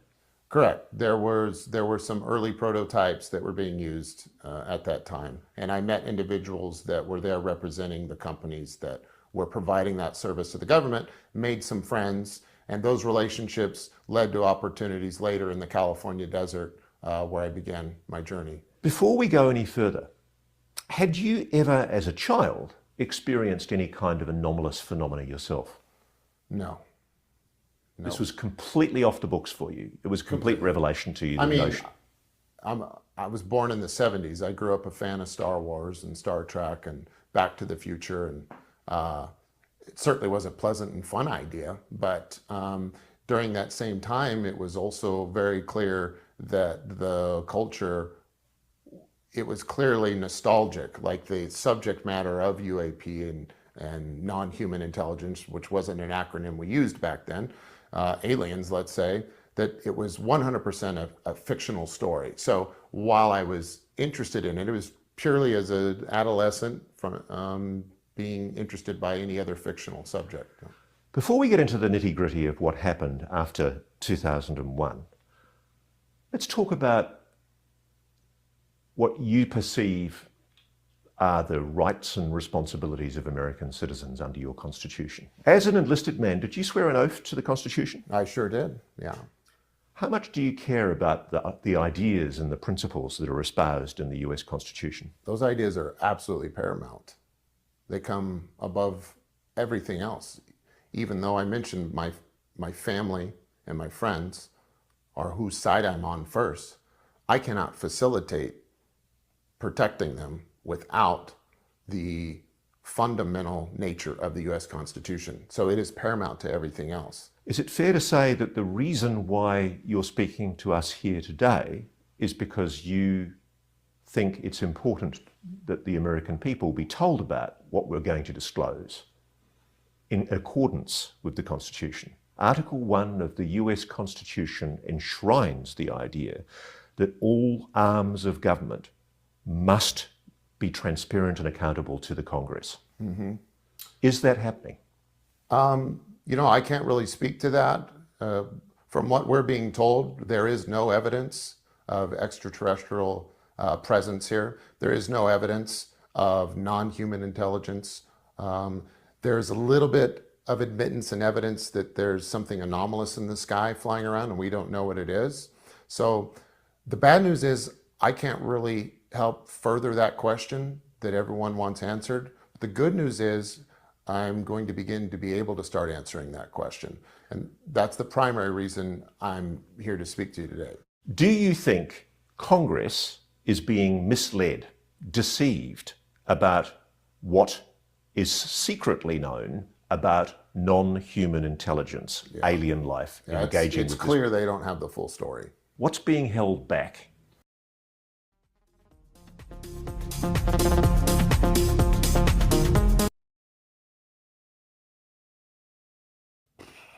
Just about everything. But there's another problem. I don't even know that they're giving it a proper attention to begin with. So unfortunately, Congress is very ignorant when it comes to the subject. So very recently, the Pentagon spokesman assured press reporters in a Pentagon briefing that there is no evidence of extraterrestrial engagement with planet Earth. Is that true? No, that's not true. Now, they like to hang their hat on some key words there, extraterrestrial. So that means outside of the planet Earth. And that is yet to be determined by my best understanding. So you're saying you know for a fact there are aliens? Yes, 100%. There are alien craft? 100%. Have you been involved in the recovery of those alien craft? Well, Ross, yes, I have. How does it feel to say that? I'm kind of over it. Like, this has been a fact I had to get over. It wasn't easy when it first hit you. But that was years ago. And it's actually quite therapeutic to get to talk about it. And I'm encouraged that it's becoming commonplace, because that's where it needs to be for us to move forward and start gathering some evidence, which we intend to do. So you're building up a cover in California shortly after 9/11. What are you doing? Well, I'm doing a number of things. One, trying to fill out a sensible explanation for my backstory. I mentioned one of the clubs I was in was Pilot Club, and you'll speak to my good friend Don Paul here shortly, who I met during that time. But there's no record of that. So one of the first things I did is I had to go to commercial pilot school in order to create a legitimate training record so that I could operate in an official capacity this time as a helicopter pilot. So you'd learned how to fly as a covert operator, but they didn't give you a license for it in the military. No. Because you weren't allowed to have that qualification because that would undermine your cover, I suppose. Correct. So you had to go and pretend to not be a pilot in order to get your commercial pilot's Yeah, that was license. loads of fun, actually. I found it quite challenging to pretend I didn't know how to fly. So it was amusing. Yeah. You must have blitzed it. Well, pretending to be bad was quite easy in the beginning. The hardest part was faking a natural learning curve. So how to show that I'm getting better in a progression that they've seen before. So that was fun. A few times I took the liberty to mess with my flight instructor, but Hey, I just Greg, thought I got lucky. So this happened for what, Yeah. a couple of years? can you stop Yeah. it? Yeah. If you heard what he just said, that Yeah. pertains a lot to what we were talking about yesterday for you. You probably spaced out and you're not listening, A right? little bit. That sucks, Greg. That sucks. So can you tell me what he said? I wish there was like a Pretending to I wish there was like a robotic arm. No, I that- got it. Pretending to I know I got it. No, I heard what he just said. I just didn't connect it to what you were referring to. Yes, What? being just like doing just enough at your job not to get fired. Something like that. or making it or not showing your full Full potential. capabilities. Yeah. And so that you can gauge your environment and whether or not the people around you deserve your full capabilities. Yeah. Whether or not you should exert yourself, or are they just going to manipulate you and exploit you, Yeah. rather than reimburse you, not reimburse you, but to to pay you for what you're worth for your services, right? Yeah. So that's very similar to what he was saying. Mm-hmm. Yeah. I So know that seems a little weird to the folks at home. I just thought that Except by him, it's like not the same exact. Yeah, well, the consequences of him like over kind of extending himself and all that kind of stuff are a little more, more severe. Right. catastrophic than for me. Yeah. Yeah. So, folks, in Although- summary, so far, just for anybody tuning in or anybody who's spacing out, Yeah. this guy was part of a recovery program for non-human for craft that was made by non-human intelligence. This is what his job was for some period of time, for a long period of time, as he was employed. His credentials have been fully verified. Mhm. And he's been vetted. Everything that he's saying about himself and what he did is true, and that's why this is a big deal. But because there's so much jargon and so many like acronyms and long-winded stories, people lose sight of of what's going on here. Like that's what is happening. Yeah. So it's tough. It's tough to learn how to listen to these guys, because I've been listening to these guys since like Colonel Salas, the nuclear missile launch officer, and in 1967, right, when he had a press conference that he came forward about his UFO experience when they shut off 10 of his nukes in Montana. And so that was my first like experience listening to the dryness of these stories and the type of language, this like US military kind of like Pentagon language that they speak. Yeah. Which is insufferable. Technical crap, yeah. They, lots of letters, lots of it's tough. But that's what's been going on so far. He is a guy who was ahead of a team which recovered non-human craft. He's a first-hand witness. That's the first time that this is happening. Even Colonel Salas never saw the UFO with his own eyes. It was reported to him. He was deep underground, and his security officers were the ones who were telling him what they were seeing. Yeah.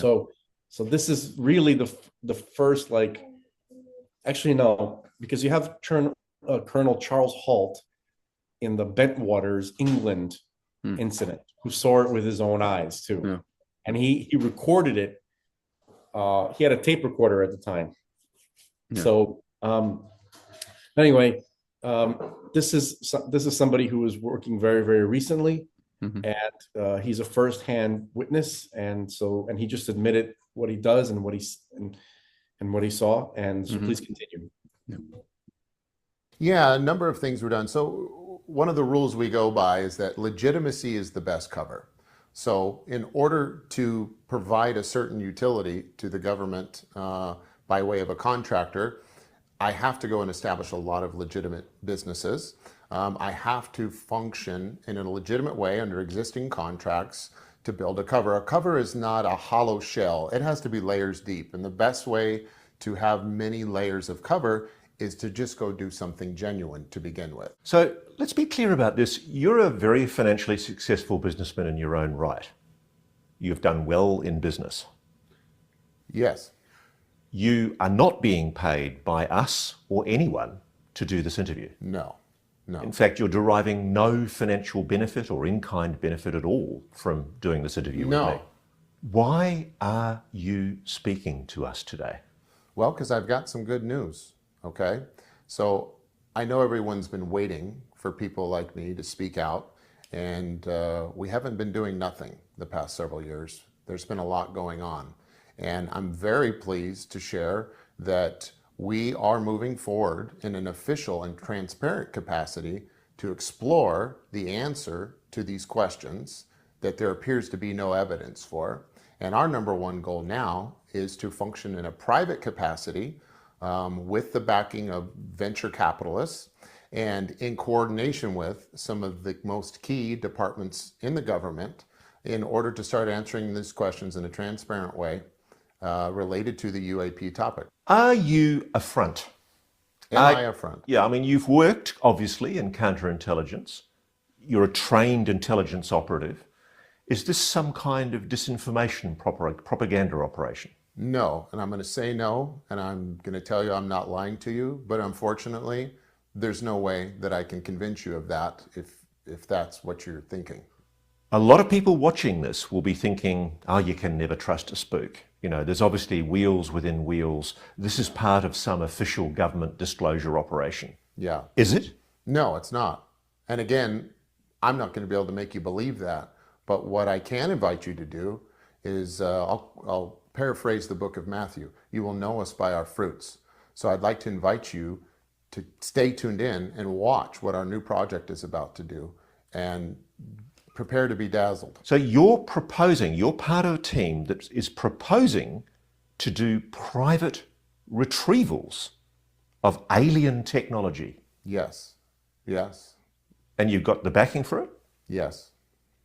Wow. So let's talk about now what you do know. Okay.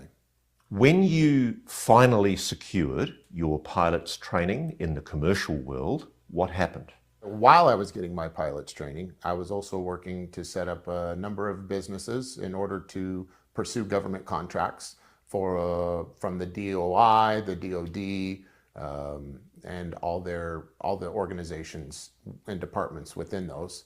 And mostly what we did, a lot like in the 90s, you know, the cover capacity takes up the most of your time is spent operating in the cover capacity. So you were working in legitimate businesses, earning a living like everybody else. Like everyone else. You're just waiting for the call.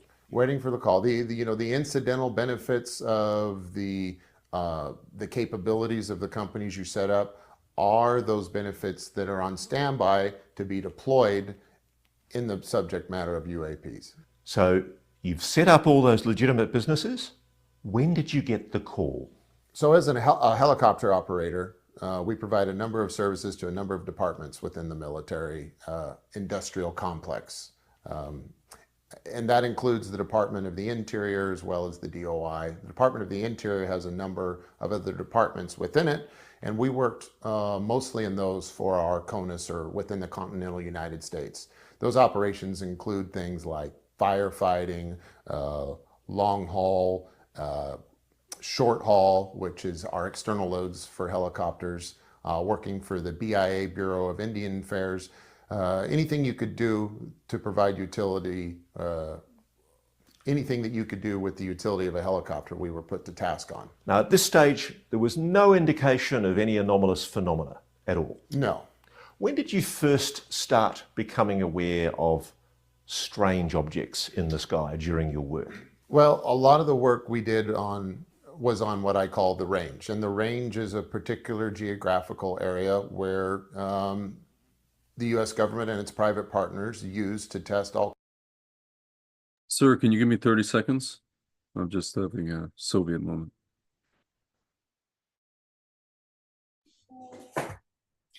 Okay, folks. So while he's having a Soviet moment, I'll try to summarize some of the things that are going on here.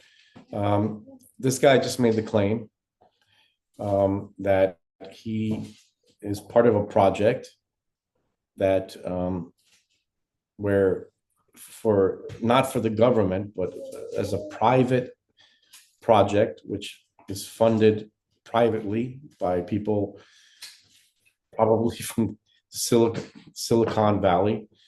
He says that later in the interview, and himself, where they can summon, he didn't mention that yet, but they can summon and retrieve non-human intelligent material.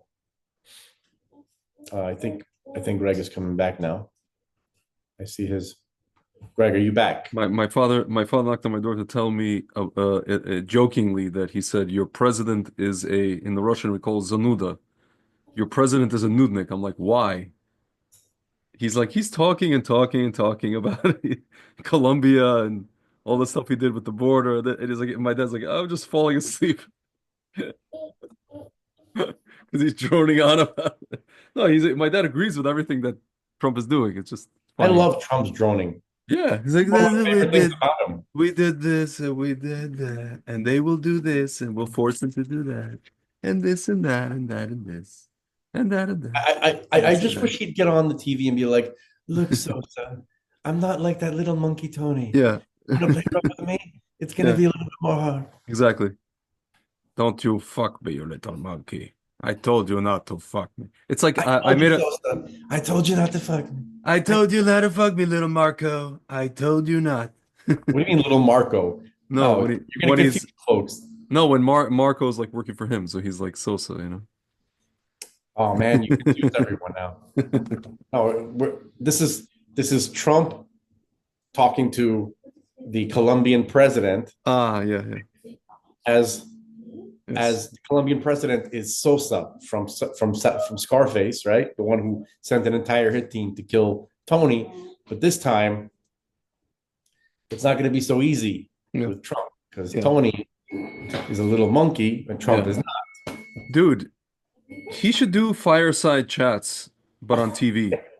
Yeah, That's what he should do. I would watch. I could literally, I could tuck myself into bed with a teddy Yeah. bear, just Yeah. listening to the car, and just go to sleep. You know? Yeah. Dude, I gotta show you the video. You know, like there's a clip of Peter Griffin before he goes to sleep, Yeah, and he he's looks like, out the "Good." window. He's like, He's like, good. "Good." And then he sees Trump out the window. Good, good. Good. And then he goes to sleep. Yeah, exactly. Right. I'm gonna be there with my little like Yeah. like the old school like sleeping gowns that you wore. Yes. Kind of like that hat Yes, with yes. I'll be there with my like You look, speaking of gremlins, yeah. no, and I'm gonna be listening to him with the sheets with my little teddy bear. It's like good. All right. Yeah. Please continue. Hold on, this idiot said like this Free Palestine idiot on my Instagram. He responded to my post about Trump, wanting to send these Gazans to Jordan and Egypt, and this guy's like, they're back to their homes. I'm like, what homes? No, referring to the fact that they went back to Right. northern Gaza. I'm like, what homes? They don't exist. I mean, they could go back into their underground tunnels. Yeah, into the layers. Oh no, I think those have been destroyed. Yeah. Mostly. Dude, you know how we know Trump will do these good fireside chats? Because he did these just like as he's signing executive orders, he's just talking off the cuff for like Yeah. an hour, 45 minutes to an hour to these idiot NPC reporters. So you could do this for like 3 hours, for like we drone on, like this show. I could legitimately listen to Trump talk as long as he wants to. He could do like his own Truth Fanatics for like 5 hours. Yeah. It's Yeah, definitely. By the way, I sent you two links. uh-huh. Just quickly, there's Where'd you send them? to Signal, to Oh. the one to our Signal. I can't play anything from Signal. No, I'm not saying. I'm just saying that like Burchett here, Oh yeah. So Burchett, he's saying President Trump has confided Yeah. that in fact he will be releasing some of these UFO files. so I plan to have that conversation again with him very soon. yeah.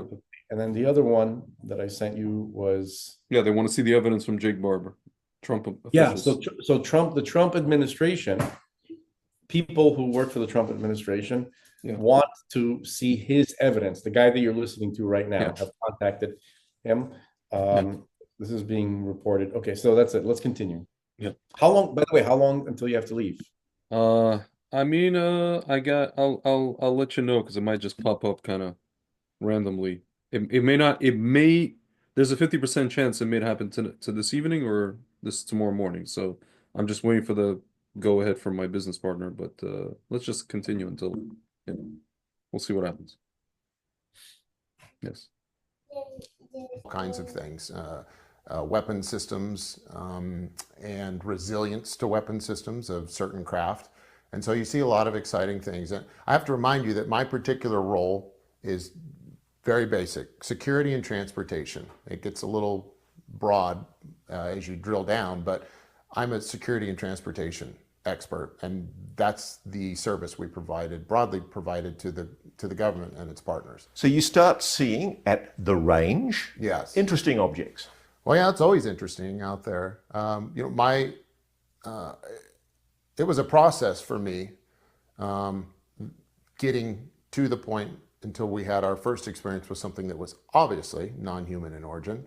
But up until that time, there's lots of interesting things in the sky. I can tell you that our technology, and by our I mean anything that lies within the inventory of the United States government and its private partners, is pretty spectacular. There are some cool things, and from an observer standpoint on the ground, it's hard to tell exactly what's going on. Things come in and out of sight. Things disappear for a moment and reappear. Things seem to move very quickly. Things change color. They change shape. And a good reference for this is, I'm sure we've all seen these drone shows like that get put on at the Super Bowl halftime or other places. And those are pretty amazing to see, visually amazing. But we all know that's human tech and we accept it. But if you kind of think about that and think about perhaps what we might be doing privately, in the interest of national security, your imagination could fill in the blanks on what you might see on a test range that's being used by the US government and its partners. I mean, I guess we all expect that there's technology that we don't know about that's being kept confidential for very good reasons, because the United States doesn't want foreign adversaries to know that it has an aerospace advantage Sure. or a weapons advantage over a potential rival. Yep. And were you telling yourself that for a long time when you started seeing anomalous objects on the range? Yeah, because just like it is now, you kind of have to train yourself. Even once you become a believer in the UAP subject, and you take some folks outside who are believers and they look up, they get really excited and falsely identify a satellite as a UAP or something else in the sky, an airplane that has, you might not be able to see its position lights or its strobe. So you know what Louis Elizondo has described as the 5 observables. Yes. Instantaneous speed, incredible hypersonic speeds, transmedium travel, water to air, air to Sure. water, positive lift, some kind of propulsion system that isn't explained by conventional Yes. systems, and stealth. So Correct. you were seeing objects that complied with those weird observables. Yes. And at that time, you would also see things when you talk about the transmedium. So one of those that would raise your eyebrow is more of the transmedium characteristics, because things would come from the ground, like from the earth, from a ridge, from a mountain, or it could pass through. So they'd come out of a ridge. Out of a ridge, yeah. Now that is clearly technology that is certainly not Can you known. stop it? Now again, that is the visual.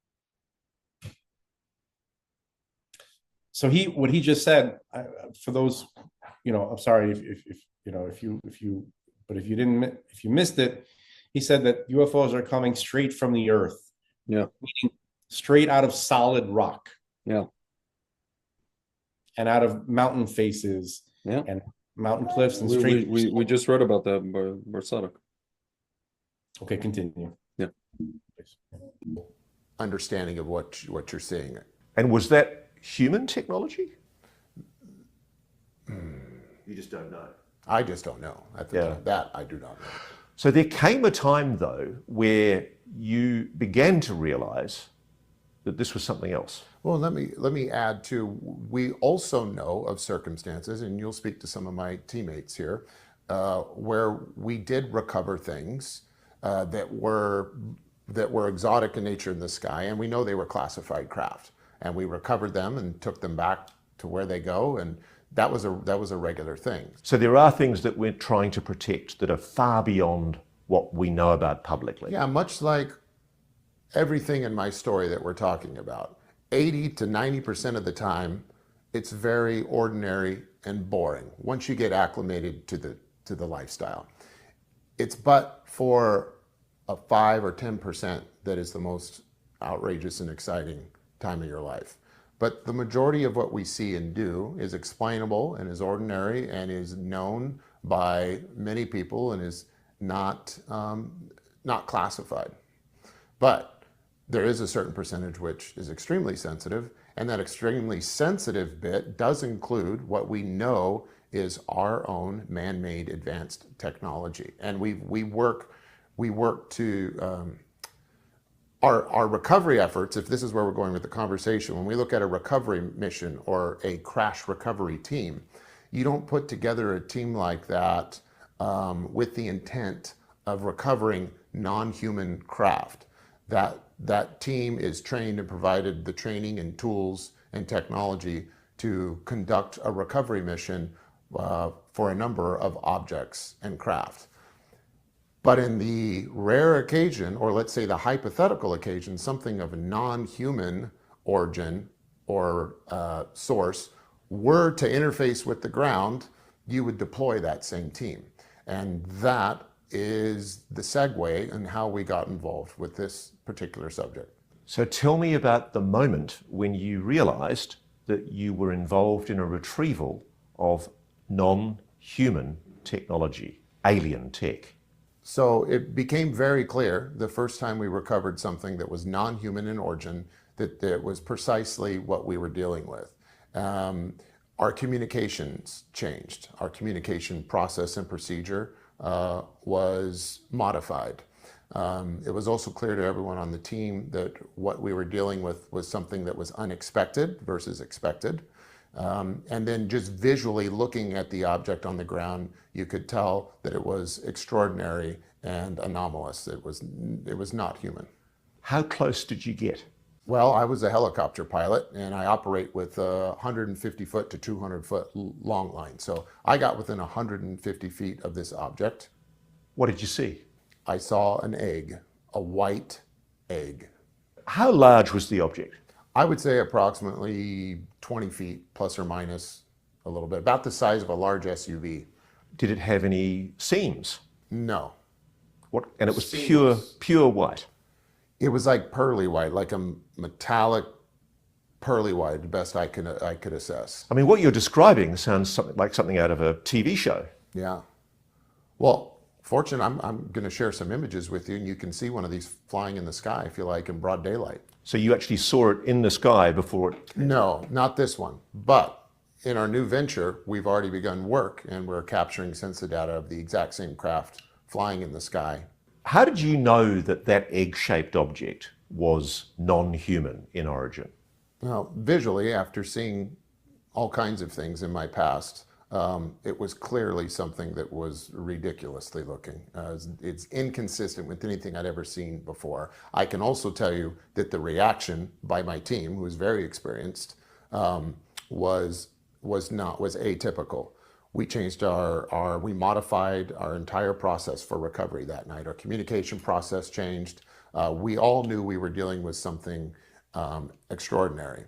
And in addition to that, it has also been verified by me, by high-ranking members of the UAP task force, that what we recovered that night was in fact known NHI craft. So the implications of that are actually quite shocking. It means the government's lying to us, which shouldn't come as any surprise to us, but we're being lied to.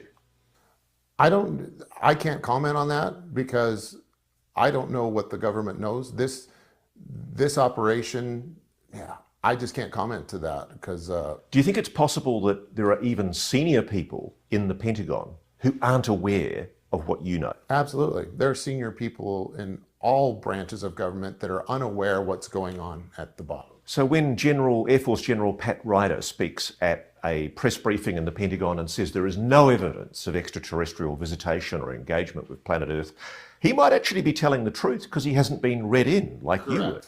Correct. Now you have what's called, I understand, a top secret SCI clearance. You have compartmented intelligence clearance to certain programs. My clearance is given as needed basis. So like when I go, it's not like I go, there's no record of me having top secret clearance anywhere, but I get dispatched. Well, there is, because in the documents that you've showed us, there is one document that shows a NATO top secret clearance. And what does that mean? That means you are cleared to the highest level that you need to be in order to function in the capacity that you've been assigned on a particular mission. And it's quite a high clearance? It's a very high clearance. And so the best effort was done to secure your cover, and as part of protecting that cover, it wasn't allowed to be known that you had high clearances. But what you have been able to demonstrate to us is that you were in fact given high clearances as part of your role. Yeah, The clearances kind of accompanied me like a shadow. If I got deployed on a particular mission, let's use an aircraft, an HVT mission, for example. High value target. High value target. I spent a lot of time in the 90s living out of a hotel room at Pope Air Force Base with a pager. That was our technology back then. So I'll give you a short story that'll tie this together. So a typical situation for me would be told to go stay at the lodging on base, and I could travel to the chow hall, I could travel to the gym, but I had to stay within that response area. We would have a sealed aircraft. A sealed aircraft is an aircraft that has been configured and swept, and then a metal seal goes on the door to where if that door is open or broken, we know someone has entered that aircraft in an unauthorized capacity. So we'd have a sealed aircraft there. If we got dispatched, I would go to an aircraft. There would be manifests that go with that aircraft that would list all the crew members, their security clearances, and a rough description as to the mission. At those times, the crew would be briefed, security clearances would be issued to that crew, and anytime I was on a HVT mission that was highly sensitive, I would operate under what is known as a NATO top secret security clearance. And there are documents, a few documents that I was able to make copies of that show that. And indeed, the document that you've showed us shows very clearly that you and the pilot were the only people on board the plane that had a NATO top secret clearance. Yeah, and probably the reason he was assigned is because I was there. So not to sound arrogant, but the fact that I was being deployed on that mission meant that the aircraft commander also needed to be read in to a certain degree, which would require that clearance. And is part of the reason why they keep your clearances secret in that covert role, so that they have plausible deniability if you ever did decide to speak publicly? Yeah. Here's the funny thing. Like, the U.S. government can make a bunch of rules in order to create a scaffolding that keeps things intact, but they make a bunch of rules so that they can break them and hack the system and get around them. It provides great obscurity to create the rules that separate the known from the unknown. And I want to add one comment here is when we're talking about circumstances like the first time we recovered a UAP, which was the flying egg, that immediately, regardless of where you were or what level of security you're operating under at the time, when that shows up, you're instantly now in a top secret classified situation, regardless of people's clearance. So before you flew out that day to go and do the recovery of the egg, what were you told?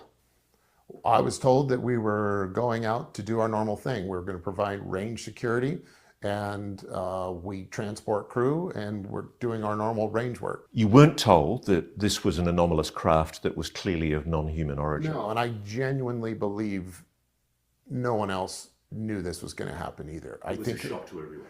I think it was a shock to everyone.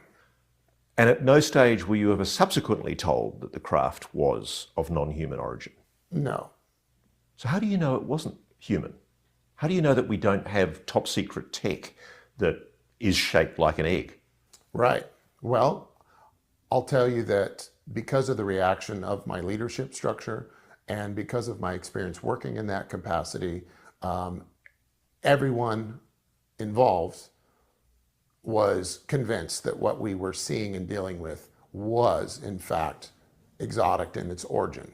I will also tell you that during this process over the last couple of years, it's been confirmed to me by ranking members of the UAP task force that what we were working with that night was, in fact, NHI, and it was not a unique experience.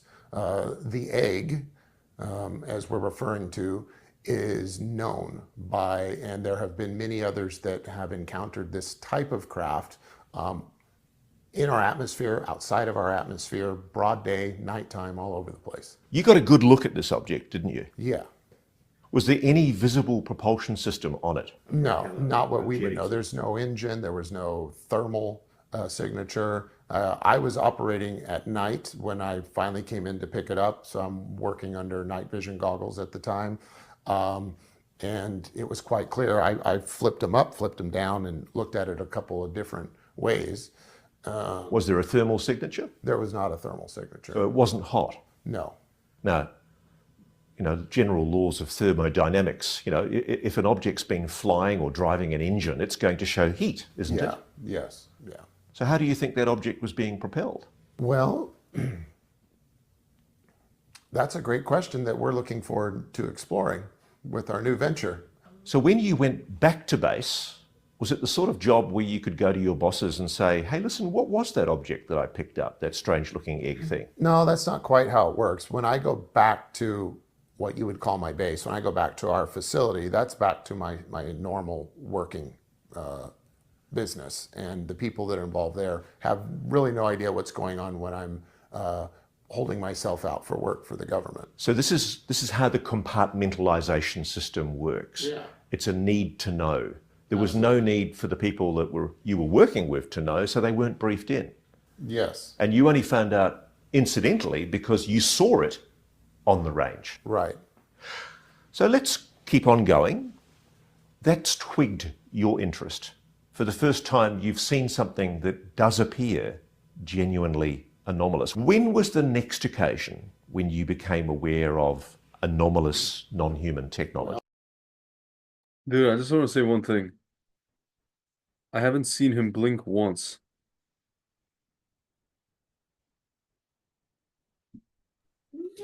That has something to do apparently with his medical condition. Okay, which is what? He was physically harmed by these objects. Really? Interesting. Yeah, he's going to talk about that later. Interesting. Okay. Yeah. There's another craft that we recovered that I can talk about, and that craft was what we referred to as an 8-gon. An 8-gon is basically a disc-shaped object that, when viewed from the top, has 8 different symmetrical sections that are delineated by some form of ridge. So it's an octagon-shaped disc. Yes. What, by any chance, was there a nickname for the egg?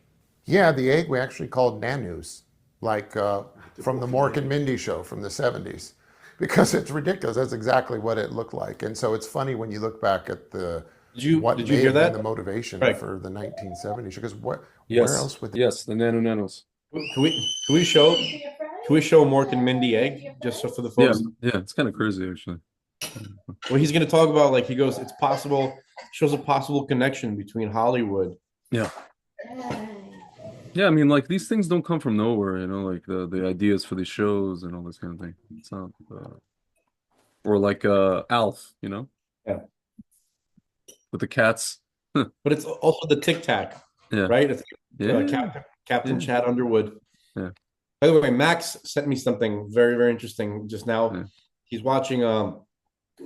He's not feeling well, so he's watching James Bond with his kid, and Yeah. he's starting from the first movie. Yeah. And he pointed out some very interesting things that he feels we should be speaking about. Yeah. Number one, Blofeld, right, who is the main villain. He's very keen on proving his aristocratic origins. Yeah. Number two, he tried to unleash an epidemic from his clinic up in the Swiss mountains, and then Max continues, Gnostic fruitcakery was just oozing from the screen. Mm-hmm. He says, maybe you already covered it and I simply missed it. And he goes, oh yeah, number three, mind control. Yeah. Anyway, continue, please. Yeah, let's watch this Mork and Mindy thing. Yeah. This is just the intro of the show, of the pilot opening Right. theme, so you could see like his origins.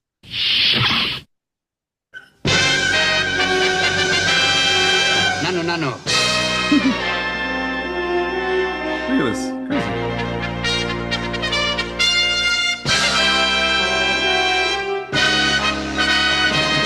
Unbelievable. Shazbot. There you go. Hilarious.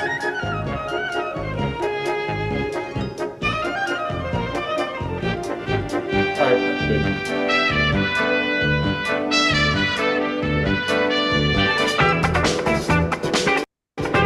Anyway, I like how we landed in Boulder, Colorado. Yeah. What could possibly be in Boulder, Colorado? Probably clues everywhere, but What's it called? That dude, this was one of the top shows in America. the show is huge. It was It was like ginormous. the number one show. That's what made him famous. That's what made Ron. He was a stand-up comic, and then he just like took off like a lightning bolt. Yeah. Let's continue this. That egg is a ridiculous idea for a guy from Mort from Orc, right? So you have Mort from Orc who flew to Earth in an egg. It surely gives credit to the idea that some like to think that perhaps there was a PR program that utilized our fascination with Hollywood and television to paint pictures of actual fact as fiction, making it now some weird hybrid you could call faction. So what time of day or night was it when you came across the octagonal object, the 8-gon? We did recovery on that both day and night. So talk me through it. What happens?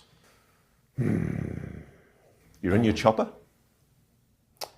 Yeah, I'm in my chopper. What sort of chopper? At the time, it was a Bell 212, which is the same as a UHN1. It's a twin-engine, twin-bladed Bell helicopter. You're flying at night? Flying at night, yeah. What time at night? Oh, God. I don't remember. Like after midnight. Have you been given any pre-flight briefing? You know what a Bell 212 is? It's like this thing from like those helicopters that we see, like on the A-Team or something from the 80s, that kind of thing. One of these. I'm just looking at a picture of it. Pratt and Whitney, Canada made this Bell 212 that first flew in 1968, and it was moved to Mirabel, Quebec in 1988. It's one of the helicopters you see. It was defunct in 1998. Basically, in the 70s and 80s, you saw them, with Magnum PI, that kind of thing. All the shows. You're muted, sir. Might have been a modified. Did he It say could have been. modified?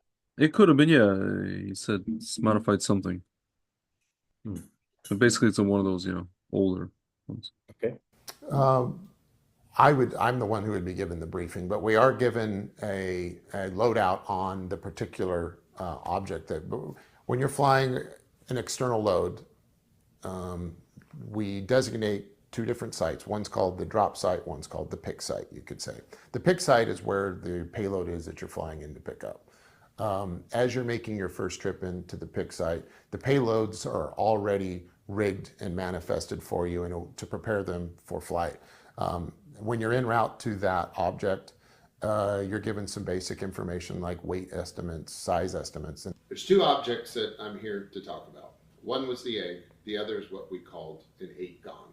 The 8-gon was essentially a flying disc with what looked like 8 delineated sections when looking down. And I can tell you what it looked like from looking down because that's primarily how I saw it because I'm a helicopter pilot. We did recoveries with the 8-gons. There was more than one that something with the editing, they screwed it up. Way to the ground on this particular operation, and the recovery was done at night, and then more was done in the day. Because of where we operate, sometimes things can make their way into the steep terrain. The terrain where we operate is the highest mountain range in the whole continental United States, and so the decision was made to wait till daylight to recover some of the object or some of the material that was brought down or made its way to the ground that night. During the recovery of the object at nighttime, I make my way in the helicopter from where we configure the line and we fly to what we call the pick site. There's two locations. We designate them pick site, drop site. Drop site at the delivery location. We have a crew both at the pick site and the drop site on the ground. The pick team configures the cargo for flight. So whatever it is, the craft is sitting in a sling waiting for your helicopter. Yeah, it's sitting. We have these things called pumpkins, which are like rubberized bags or containers. And from my point of view, it was covered in a pumpkin, at least from the bottom and the sides. This is one of the most profound experiences I've ever had in my life I'm about to share with you, so bear with me. This is, for me, when it became clear. As I get closer to this pick site, I start feeling odd. I start feeling extremely emotional. And the closer I get, the more the emotion starts to overwhelm me. And What do you feel? What's the emotion? I feel a sense of my mother. I don't know how else to explain it. I feel this intense hybrid of sadness and happiness and beauty, and song. And it was very disruptive to me because I had a very practical responsibility at the time to operate a helicopter in the mountains at night. And I began wondering what was wrong with me. It was late. I'm like, am I just stressed? Am I tired? Am I marinating in cortisol and estrogen? I don't know. But as I came over this object for the pick, there was this overwhelming sense of emotion. What's it saying? Problems are fun. How about Object. Tell me what you're feeling. Like I said, it was an overwhelming sense of sadness, happiness. Is it your feeling? Are you suddenly having a mental breakdown on the job? No, I felt like something connected with me. I felt like something had tuned in to me and my soul and was providing me some sense of guidance on what to do and how profound what I was doing was. And it was so overwhelming that I began to cry. And I can't imagine crying at night time with night vision goggles is the healthiest way to fly a chopper. no, it is not. And then I'm confused as to why I'm crying at the same time. And then do I abort the mission? So I just did my best to focus on my particular cues when doing this type of work. And I got the load hooked up and I began flying away. And once it was just me and that object in between the pick and the drop site, there's about 20 miles in between, I felt like something was inside of me. I felt like I was possessed by the most beautiful spirit I'd ever been possessed by. And Was it loving? it was loving. But there was a sense of sadness at the same time. And Had you ever had an experience like this before? no, it was a very feminine energy. I'll tell you that. It felt like the spirit of God, but not in any masculine sense that I had ever felt. It was like, again, the feeling of my mother, and my daughter, and beauty. And it wasn't like a soul, it was like a frequency that I was connected with. Was it scared? I don't know if it is a thing. I'm still trying to figure out why that happened. I don't want to say that because I have a pretty good idea of what's going on now. And whatever that force was since that night, it has stayed with me. And as crazy as this sounds, it's what's guiding me now. And it's what's providing protection for me. It's changed your life. It's changed my life. Do you think it's made you a better person, that experience? It has made me a more sensitive and aware person, which I think all of us would be better people. So that was a moment when you became aware of, at the very least, a technology that had the capacity to touch you remotely, Remotely, telepathically. telepathically. Now, telepathy, we are told, is a nonsense. It's a fiction. So what happened after you flew the object in the sling to presumably the drop-off zone? Once I made the drop, before I got there, I was really scared that I was going to have to stop flying and punch this thing off because I was so distracted. But then I was like, well, crap, now we've got another recovery site. Now we're going to have to recover this. I'm going to have to emergency land. I don't know. So it took everything I had in me at the time to get to my drop site, and I delivered this. Oddly enough, no one in my crew reported having similar effects from this. I do not believe there was a being in that craft. I've come to understand now, after being involved with other parts of the programs that are tested on the range, that there is a known and researched and implemented emotional or psychic, or what we call a psionic component to the research and development of the UAP program. Now, Jake, I know it's going to be very confronting for our audience to hear this, but you think that you've discovered something potentially about yourself as a result of that experience, that you might in fact have abilities that you were never aware of. Healthier starts here with Get Covered New Jersey.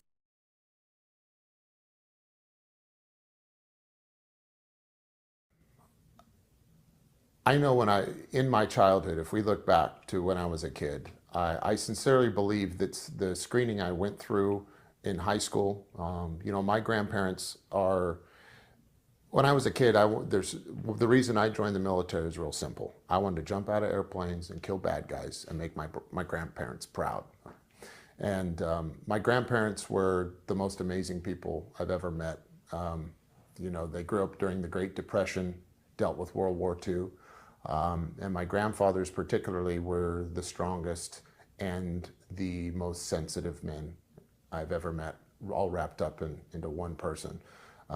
We can call them Navy Grandpa and Army Grandpa, let's say. So, Navy Grandpa was a very influential naval officer. He was actually a member of the SEALs predecessors, the Scouts and Raiders. Army Grandpa was an Army captain and a salesman.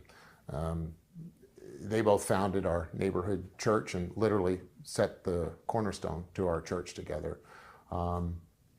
Unfortunately, their children, my parents, were very loving people, but made a lot of bad decisions. And this led to step families for me at a very young age. And to get away from the abusive environment, I spent a lot of time outside. I would tell my mom I'm going to my dad's house. I'd tell my dad I'm going to my mom's house, and I'd bug out and just go live outside. You were living in the bush somewhere. Yeah, essentially I was homeless, but I just told myself I was a wild commando survivalist, and that gave me pride in what I was doing instead of shame. And so that I refined a pretty high level of independence at a young age. But my grandparents were still always there, making sure I had some outlet for certain things. And so they got me involved with an art program and a music program. I'll have to tell you, so my Navy grandfather, he was the superintendent. He got his doctorate in education, and by the time I had graduated high school, he had retired as a superintendent of our school district. So he was a very influential man. And I understand he ran the gifted and talented education program for that school district. Yeah, you could say he was the ambassador for this area for the GATE program, which was a program for gifted and talented kids. And my personal experience with that was great. It was, I just got pulled out of normal class a couple of times a day, at least twice, and got to go to a private classroom where I had one-on-one time with a staff member there who played a lot of games with me inside and outside, and we ran a number of creative classes together. And outside of that, I also, after school, I would attend, I had a private art teacher, I learned music. And so I felt like I had a unique education experience as a kid. My grandfather also got me involved in water polo and swimming. He was a diver and a swimmer. And water polo became a great outlet for me. I found the competition and the physical exhaustion was like great medicine for me. Looking back though now, do you think there might have been something special about your selection into the GATE program?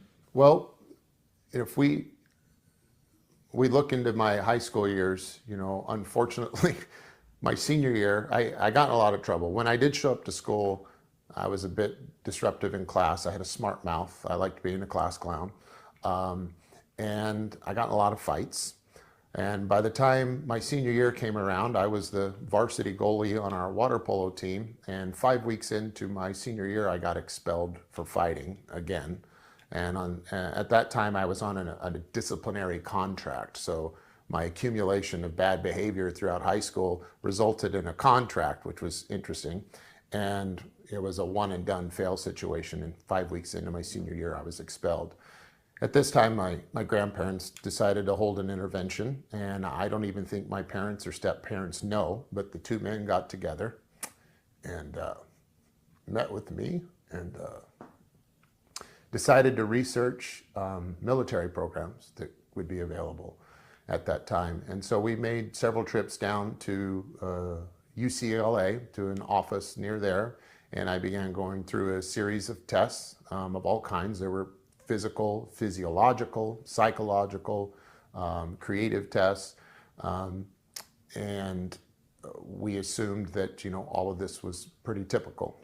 You know now, don't you, that the US Air Force has been secretly testing people through the GATE program for certain psychic abilities? Yes. Were you tested? Yes.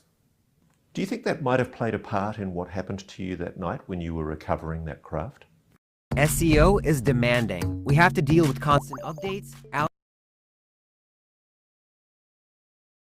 Yeah, and I don't know that the Air Force realized that.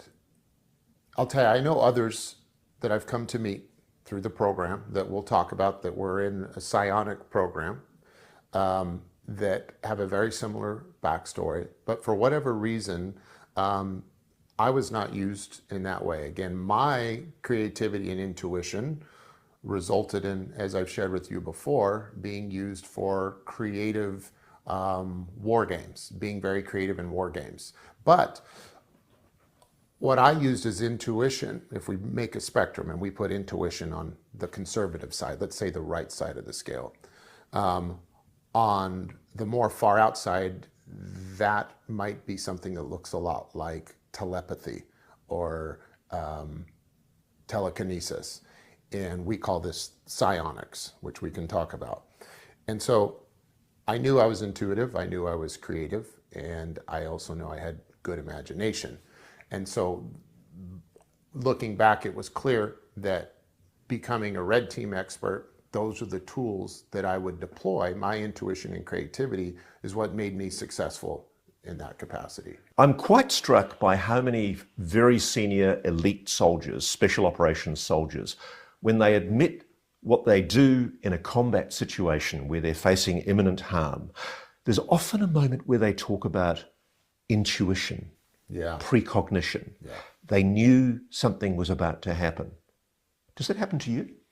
Yeah, I would say that I have a keen ability to make good decisions, short term and long term. I also find comfort in chaos, you could say.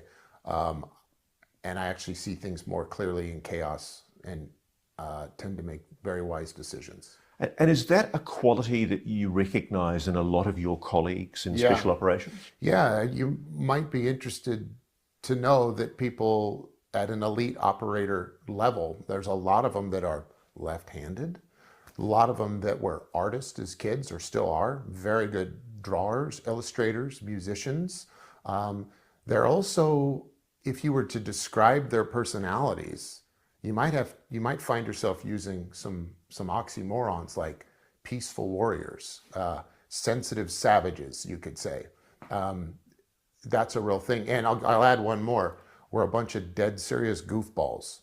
So there's this dichotomy between feminine and masculine at the extremes that I don't know if you could go as far as to say as the big blue Air Force and the big black Department of Defense knows what they're doing and they're prospecting for these kids at a level and they're planning this long-term, well thought out path. But what you will find is that we end up making our way there. Something made you connect with that machine that night. Yes, it chose to connect with me and reportedly no one else on my crew. So when you got back to base, did you report the fact that you'd had that extraordinary... Hell no. No. Why not? Because I didn't know what happened. And I don't want, you carry a lot of responsibility as a pilot. And in this process, I've moved from being a very pragmatic person with a tremendous amount of responsibility in day-to-day grind in this dimension to a place where I've had to take into account and incorporate things that are basically metaphysical, and find a balance between the two, all while maintaining the trust that I could do my very pragmatic work. So this was something pretty new to me this night. The last thing I'm going to do is go back and tell my team that I almost had to pop the load off because I was connected with a goddess that was making me cry. So you've had those two anomalous incidents with craft. At this point, I want to say something which I think is probably important. I've been waiting for that moment in the video where he said, I was connecting with a goddess that was probably making me cry. Yeah. Folks, I want you to know that in ancient times, in ancient Israel, there were a lot of these pagan cults. Yeah. A lot of them were goddess cults. A lot of paganism was goddess worship oriented. Yeah. And, people wonder, why did these people worship idols? Why did they perform these rituals? What were they, what was the point of that? So what might be happening, folks, is what's developing, with this, in our age, which we're calling UAP or UFO stuff, it will help you understand what was going on in ancient times and what people were seeing and experiencing and what they were trying to connect to. I'm not saying that this is what is happening necessarily, although it very well might be. And I'm not saying that even if it is happening, that it's necessarily happening deliberately, formally, with full consciousness that this is a resurgence of a pagan cult, of the pagan cults, right? It could be just, he doesn't know what are the terms to use because he doesn't have the language. But I've seen that there's a lot of Gnostic fruitcakery surrounding this issue. And a lot of the people who are at the forefront of the unveiling of this issue are Gnostic fruitcakes. Now, I don't know this guy, but what he's describing certainly has all the hallmarks or the earmarks. Am I using any of those terms correctly? Yeah. So just Hallmarks. Just be aware that we might be getting a glimpse into understanding what the ancient pagans were involved in. Yeah. Okay, and their confusion. Okay. Yeah. So he says that he grew up in the church, or he had a church. It's not clear what kind of church. It's not clear. There's many Christian denominations. Yeah.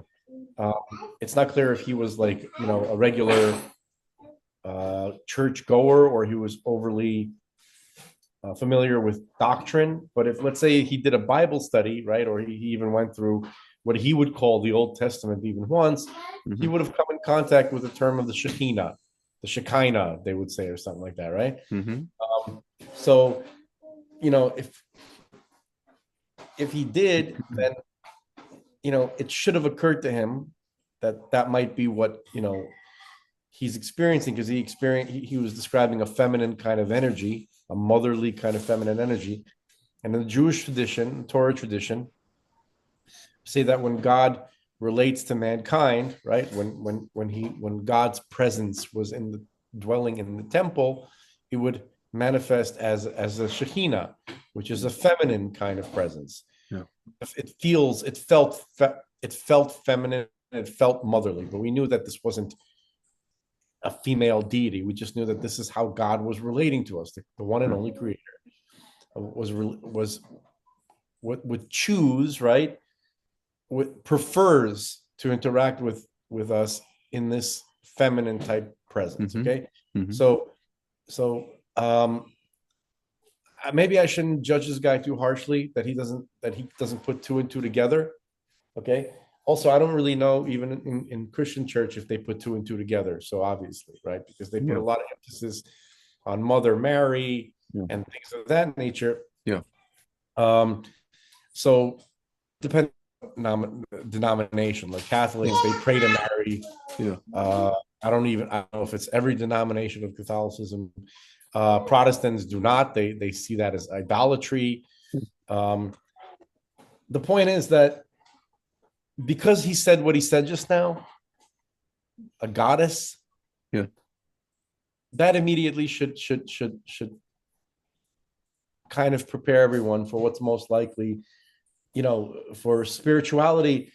They want spirituality to return in the negative old way, the old school pagan way that the ancient, cults did, and that might be why they're so anti-Jewish, right? Or they're not entirely. Yeah. Let's continue. I just wanted people to. Listen, there's a lot of possibilities. Maybe it ranges from just ignorance to. Yeah. We could give him the benefit of the doubt and just say that, that it's just, for lack of a better term, he's not he's not religiously familiar, so he went with that Exactly. I mean, listen, can I tell you, like, there's and this is not going to make you terribly happy, but there's entire kind of academic school of thought, if you want to say, among Israeli archaeologists, particularly in Tel Aviv University, and they use the terminology, they're studying about, when they find these Canaanite figurines, and it's like a female, it's called Astarte, and they say, and they wrote entire papers, and one of the titles is God's wife. The academics in Israel are anti-Jewish. They're the most anti-Jewish. I know. They're the most anti-Torah. I know. So I'm saying, like, so it's when he said that, it reminded me of kind of their thinking, and then some of these academics claim that, like, oh yeah, that's where we got this whole Sheena thing from. Yeah. The academic narrative of explaining Near East religions is literally revolting. It's so contrived. It's so politically biased. It's come 100% to completely lampoon the entire Torah narrative. The true enemies, the worst of the worst. Israeli, the worst of the worst. Mm-hmm. Literally, they found the worst in the Jewish nation. Yeah. Or somehow connected. I don't know. Maybe they're not even Jews. Probably Mamzerim, if anything, right? Could be. And they put them on the highest positions. Yeah. Probably goddamn Frankists. Or they've allowed them to achieve. Yeah. All right. Well, anyway, I knew that would make you. No, but that was just, that it reminded me of when he said that. It reminded me of that whole thing. Except they're not. He might be mistaken that they are doing this deliberately. Yeah. But anyway.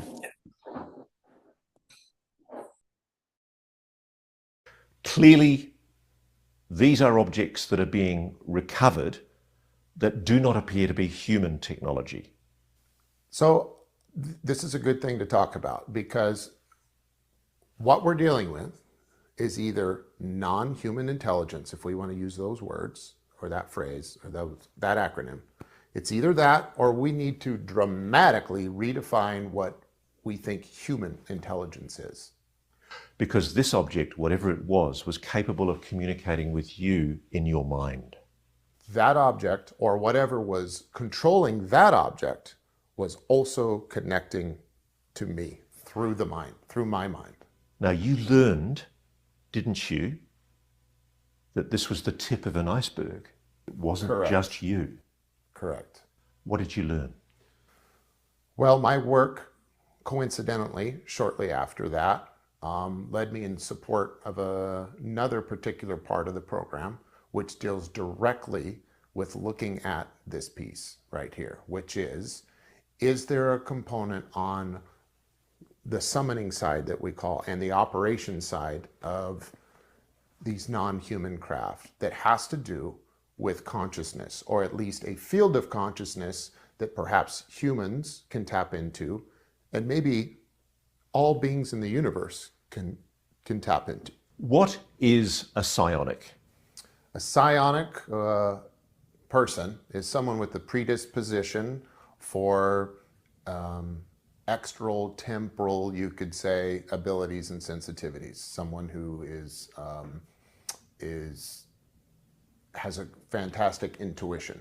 What did you discover the psionics were being used for in the program? In the program, there was certainly a desire to explore the idea that perhaps UAP could be summoned, could be communicated with, could be controlled, and could be persuaded to land, all by deploying people with psionic abilities to interface and communicate with the UAP. And did you see that happen? Yes, I did. So there were people who were purportedly psionically gifted who were brought into the program. Yes, there were. Where did they come from? They come from all over.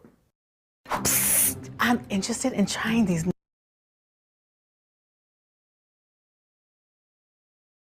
And all over, I mean, from outside the United States as well as in. And how are they detected? How are they picked? You know, I don't really know. You'd have to ask somebody else. I'm told that there are particular indigenous communities around the world, Native Americans, people in different third world countries, who apparently have enhanced psychic abilities that are recognized. Sure. I think most people could grasp the idea that perhaps people that are from other cultures, you know, our culture leaves a lot to be desired when we look at the contaminants that exist in our food, contaminants that exist in our drugs, and contaminants in our culture. And some of these contaminants,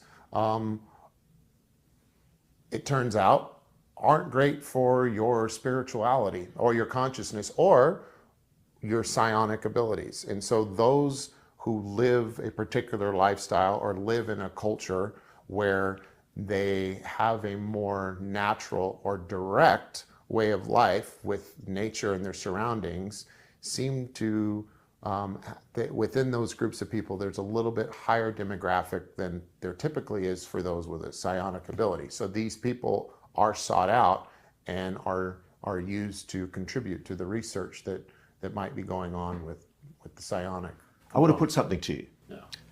I've spoken myself, you haven't told me this, but I've spoken myself to people of Native American background, Indigenous Americans, who say that this is a particularly popular thing for recruitment from the program to happen in Indigenous American communities. Yes, I know that for a fact. There are also people from countries in the third world where these abilities are recognized and not treated with stigma as we do in the Western world.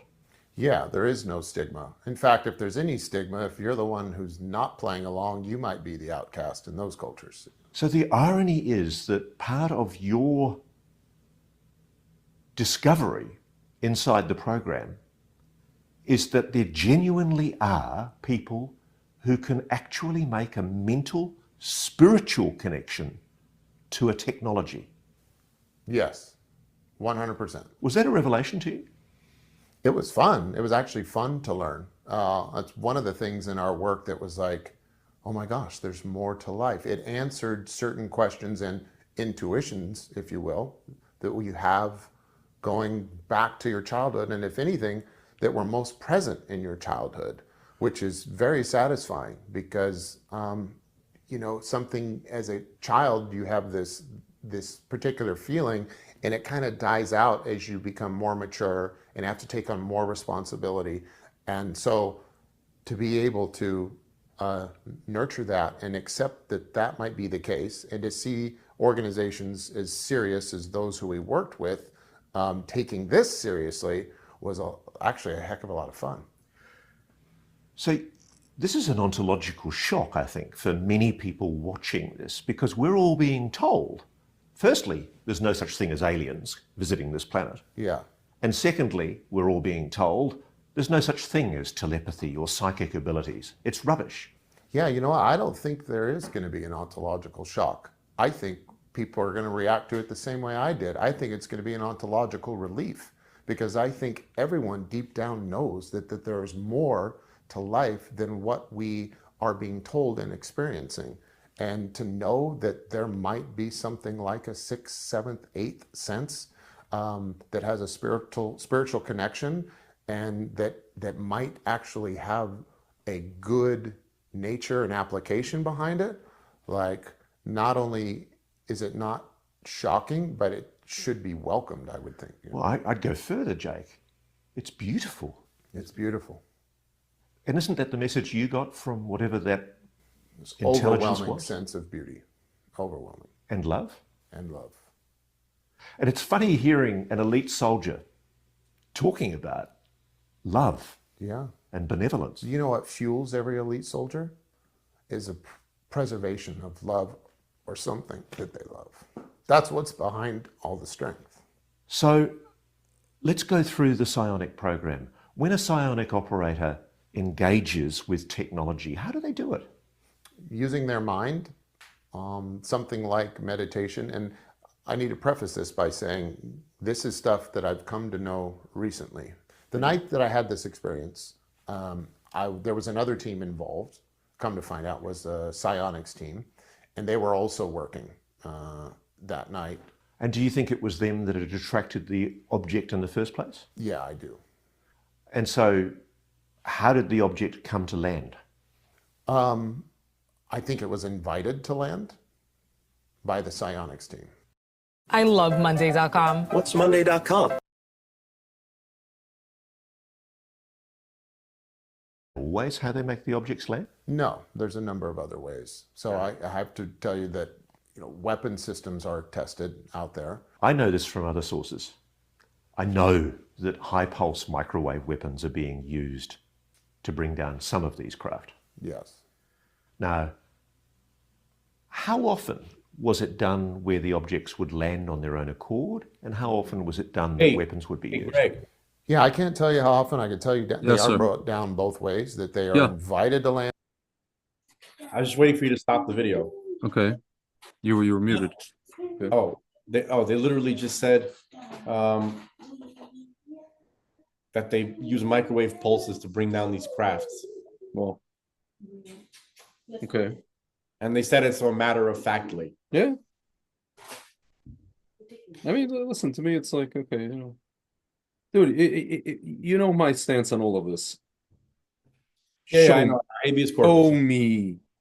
Well, that's what this guy's promising. Okay, promises. No, okay. You also look. I'm not trying to be a dick. I'm just, I mean, you are a little bit. I'm not. I'll explain to you. I'll explain to you why. I mean it. I understand, but this is something. This isn't like regular old stuff that we've been talking about, right? From day one. This is apparently a first-hand witness who's coming and saying, I saw it myself. Here are my credentials. Okay. I don't want anything from you, and here and I'm gonna prove it to you. Yeah. That's okay. I call that a development. Okay. No? Yeah, it is. Listen, it is a development. Yeah. It just, dude, you know what it is? I'm one of these people, like,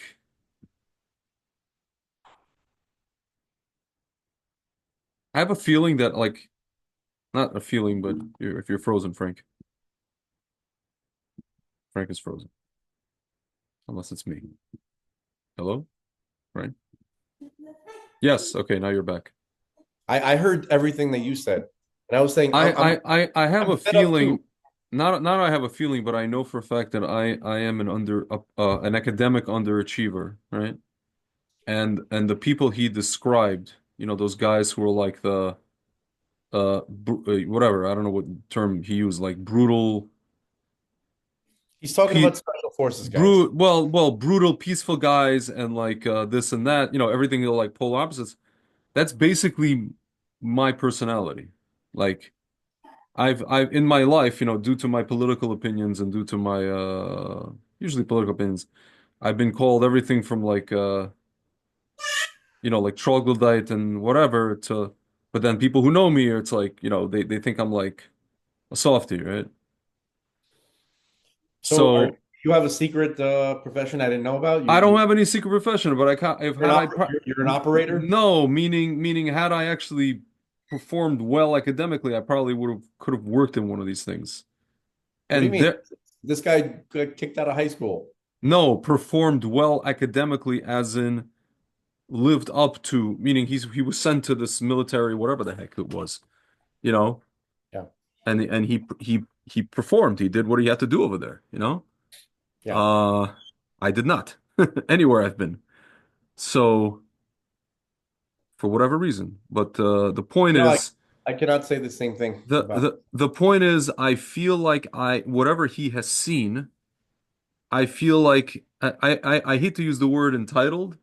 I feel like I should have seen that in my life. And I feel like it's something that, you know, like it's almost like my neshama feels like it's something that it's missing, you know, seeing. Does it make sense what I'm saying? Like some people don't give a damn. Some people work in finance and this and this and this. They're just like, okay, yeah, I don't, you know, whatever. Like I literally feel like I'm missing out. Like seeing what this guy's seeing or seeing what these guys that work in these, you know, positions have seen. You know, he's What, describing this laser thing beaming, like, you know. what laser thing? What are you talking No, about? not laser, whatever, like this microwave, whatever it is, whatever the thing that's destroying these No, craft. no, it was Ross Coulthard who mentioned that Yeah. that these things are brought down by microwave pulses, Yeah.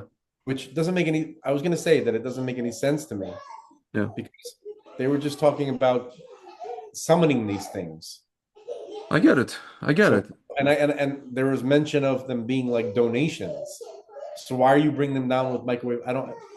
That needs to be clarified. I found that to be confusing. No, yeah. I understand. All I'm saying is like I feel like there all the stuff we've seen in movies, let's say Close Encounters, I feel like this is something that I'm like I know it's real and I'm lacking in my life and I really want to see it. That's why I keep saying show it to me because I know I know it happened. I know it's real.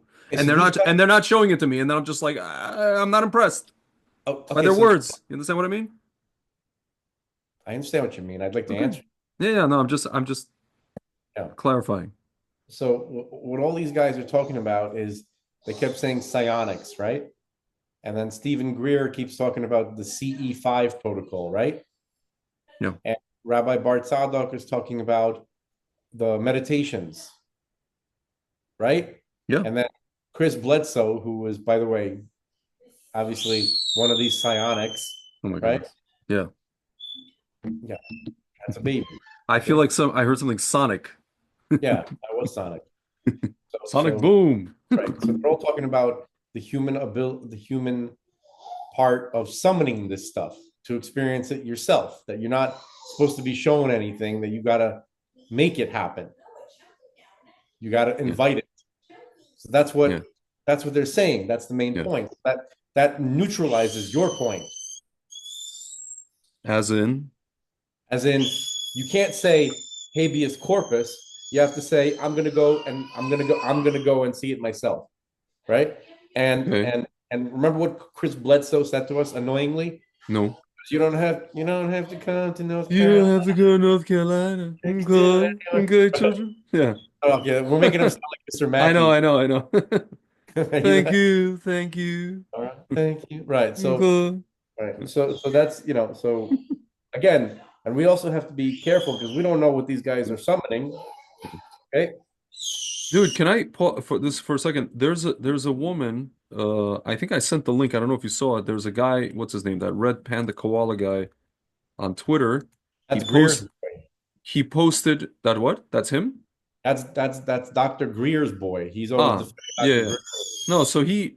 Oh my goodness. he posted a video of that lady, Pasulka, Diana Pasulka, and she was talking about this thing, this method called, I'll tell you what it's called. Hold on just one second. Maybe post so much stuff.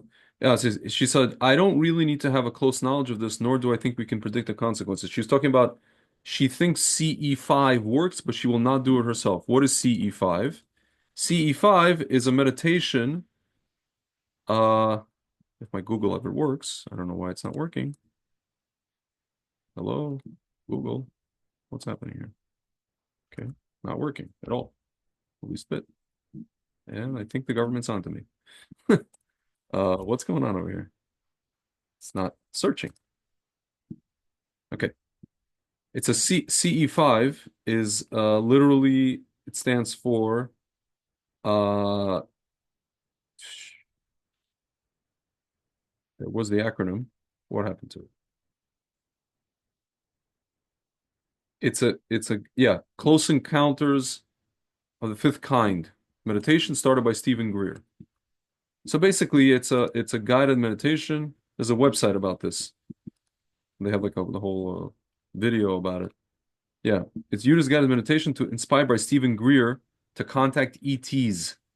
Yeah, I have it actually. I have okay. the manual. Oh, really? On Kindle. Oh, interesting. Okay. But but what we're here to do, we're not here to promote any of these guys. We're here to tell people, watch out. Yeah. And ask, and don't follow these protocols. Just understand that really all this is a request. Correct.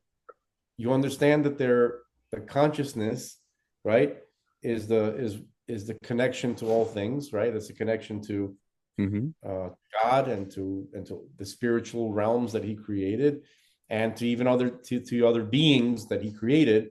But you may not wanna. You probably don't want to connect to the beings, right? You want to say, God, please, I want to connect to you and you alone, and send expressions from yourself, not some kind of spirits, not demons, not anything, but like, if it's going to be some kind of presence, let it come from you. Manifest something, some aspect of the Shekhinah, or one of your angels, or maybe the soul of a holy person, right? For guidance and information. Like I'd want to speak to my loved ones. So you have to be choosy. That's what I'm saying. I don't think these people will tell you that. Yeah. They'll tell you everything that you summon something and it's all lovely and wonderful. Yeah. That's what Greer would say, basically. Something like that. He says there's no bad ET, or he still calls him ET. And so that's I think our service. We're not here to promote or to echo what you're hearing in these. We're here to let you know that this is going on, and perhaps be a little wiser. Yeah. Than what's being presented. Yeah. So, you want to continue? Yes. Okay. All right. And by the psionics team. Other times they are invited in by the psionics team, but then HPMs, which are high-powered microwave weapons, are deployed, and they have an effect where they can disrupt the flight pattern of the object, and when it is an object, sometimes it's not, and it can result in that aircraft being forcibly brought down. When they did the attraction of the objects, was it purely psychic, or was there machinery that was used as well? So there's 5 components to our operation, which might answer a lot of your questions. So the first component is a calling phase. Calling is either through man or machine-based summoning systems. We have man-based systems, which are our psionic assets, which make a connection through intuition or consciousness with the object and can invite it in. The other is a machine-based calling system, which uses many systems, which I'm not going to go into detail about, You could refer to them as a dog whistle or a lure. And UAP, certain types seem to be specifically attracted or responsive to our machine-based calling systems. And then from there, once they're brought in, we communicate with them. Now, the psionics can have a dual role because in this communication phase, we do a lot of data collection. So it's verifying that what we are seeing is something tangible, also that it is responding to our efforts. So we might invite it to move left or right, or to position our particular machine-based systems in a particular direction, and then measure the response.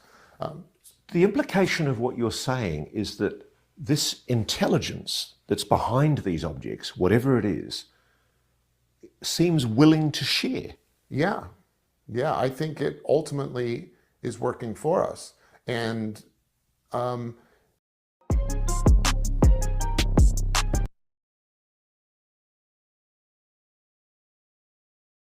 commonly talked about that what we are getting, even when we weaponize it, is a donation, a gift.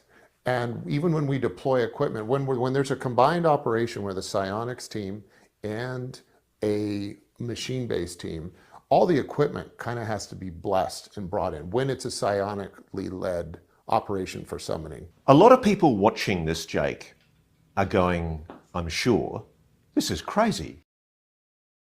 What does it mean by blessed? I was hoping that you'd rewind that, so I want to hear what he said again. Heck. Blessed, Calling like phase. given Calling something. is either through man or machine-based summoning systems. We have man-based systems, which are our psionic assets, which make a connection through intuition or consciousness with the object and can invite it in. The other is a machine-based calling system, which uses many systems, which I'm not going to go into detail about. You could refer to them as a dog whistle or a lure. And UAP, certain types seem to be specifically attracted or responsive to our machine-based calling systems. And then from there, once they're brought in, we communicate with them. Now, the psionics can have a dual role because in this communication phase, we do a lot of data collection. So it's verifying that what we are seeing is something tangible, also that it is responding to our efforts. So we might invite it to move left or right, or to position our particular machine-based systems in a particular direction, and then measure the response. The implication of what you're saying is that this intelligence that's behind these objects, whatever it is, seems willing to share. Yeah, I think it ultimately is working for us. And it is commonly talked about that what we are getting, even when we weaponize it, is a donation, a gift. And even when we deploy equipment, when there's a combined operation where the psionics team and a machine-based team, all the equipment kind of has to be blessed and brought in when it's a psionically led operation for summoning. A lot of people watching this, Jake, are going, I'm sure, this is crazy. This guy's making this up. This can't possibly be true. Yeah. Alien vehicles, psychic techniques to engage with technology. This is disinformation, fabrication. Yeah. Well, we intend to prove that's not the case, which has a lot to do with the timing as to why I'm coming out now. We plan to produce that evidence in our new venture with our teams that we've used for years.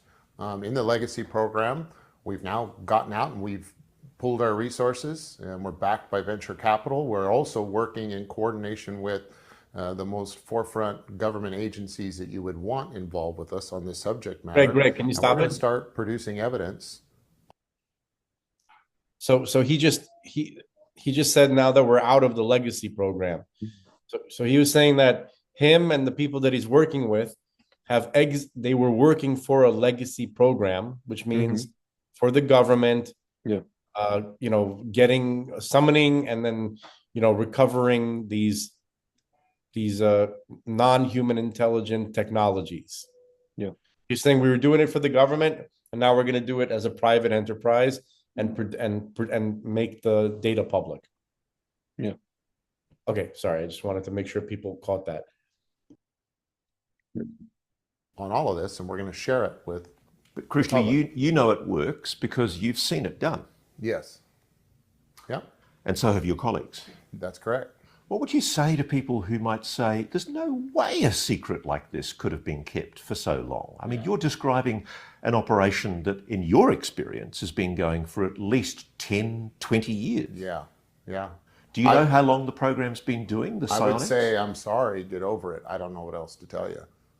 So it can be kept. A secret can be kept. Oh, yeah. Secrets, there are lots of secrets. Some kept for good reasons. So let me briefly summarize the implications of what you're saying. Aliens are real. Healthier starts here with Get Cover New Jersey. When Like to know, unfortunately, we got to get really specific with the semantics, okay? So what do you mean by alien? Something non-human and intelligent built craft that you have been involved in recovering. Yes, something that is inconsistent with our idea of what a human is involved with these craft. Are these intelligences, whatever they are they extraterrestrial? Are they from somewhere else, or could they possibly be living on this planet? I got to remind you, I'm a security and transportation guy that has been involved in this program really within the purview of those two categories. So you're going to have to ask someone else. I presume you got a chance to talk to the psionics. Yeah. When they mentally, telepathically engaged with whatever this intelligence was, what did they tell you about it? Well, that they refer to it as a they in a very spiritual nature, something like angels, angels and demons. Let's say there's certainly good energies and bad energies, but it's talked of in a very nebulous way like this, because no one really knows what it is.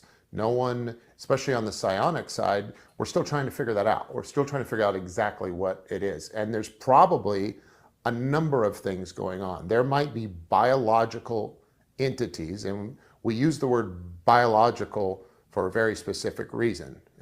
Biological, we don't need, we limit it to that because we aren't here to imply that it is sentient or has a consciousness. We really don't know that. There is some evidence that shows it might be the case that these are something like soft tissue drones or lab meat that was programmed in order to operate craft. Meat robots. Meat robots, yeah.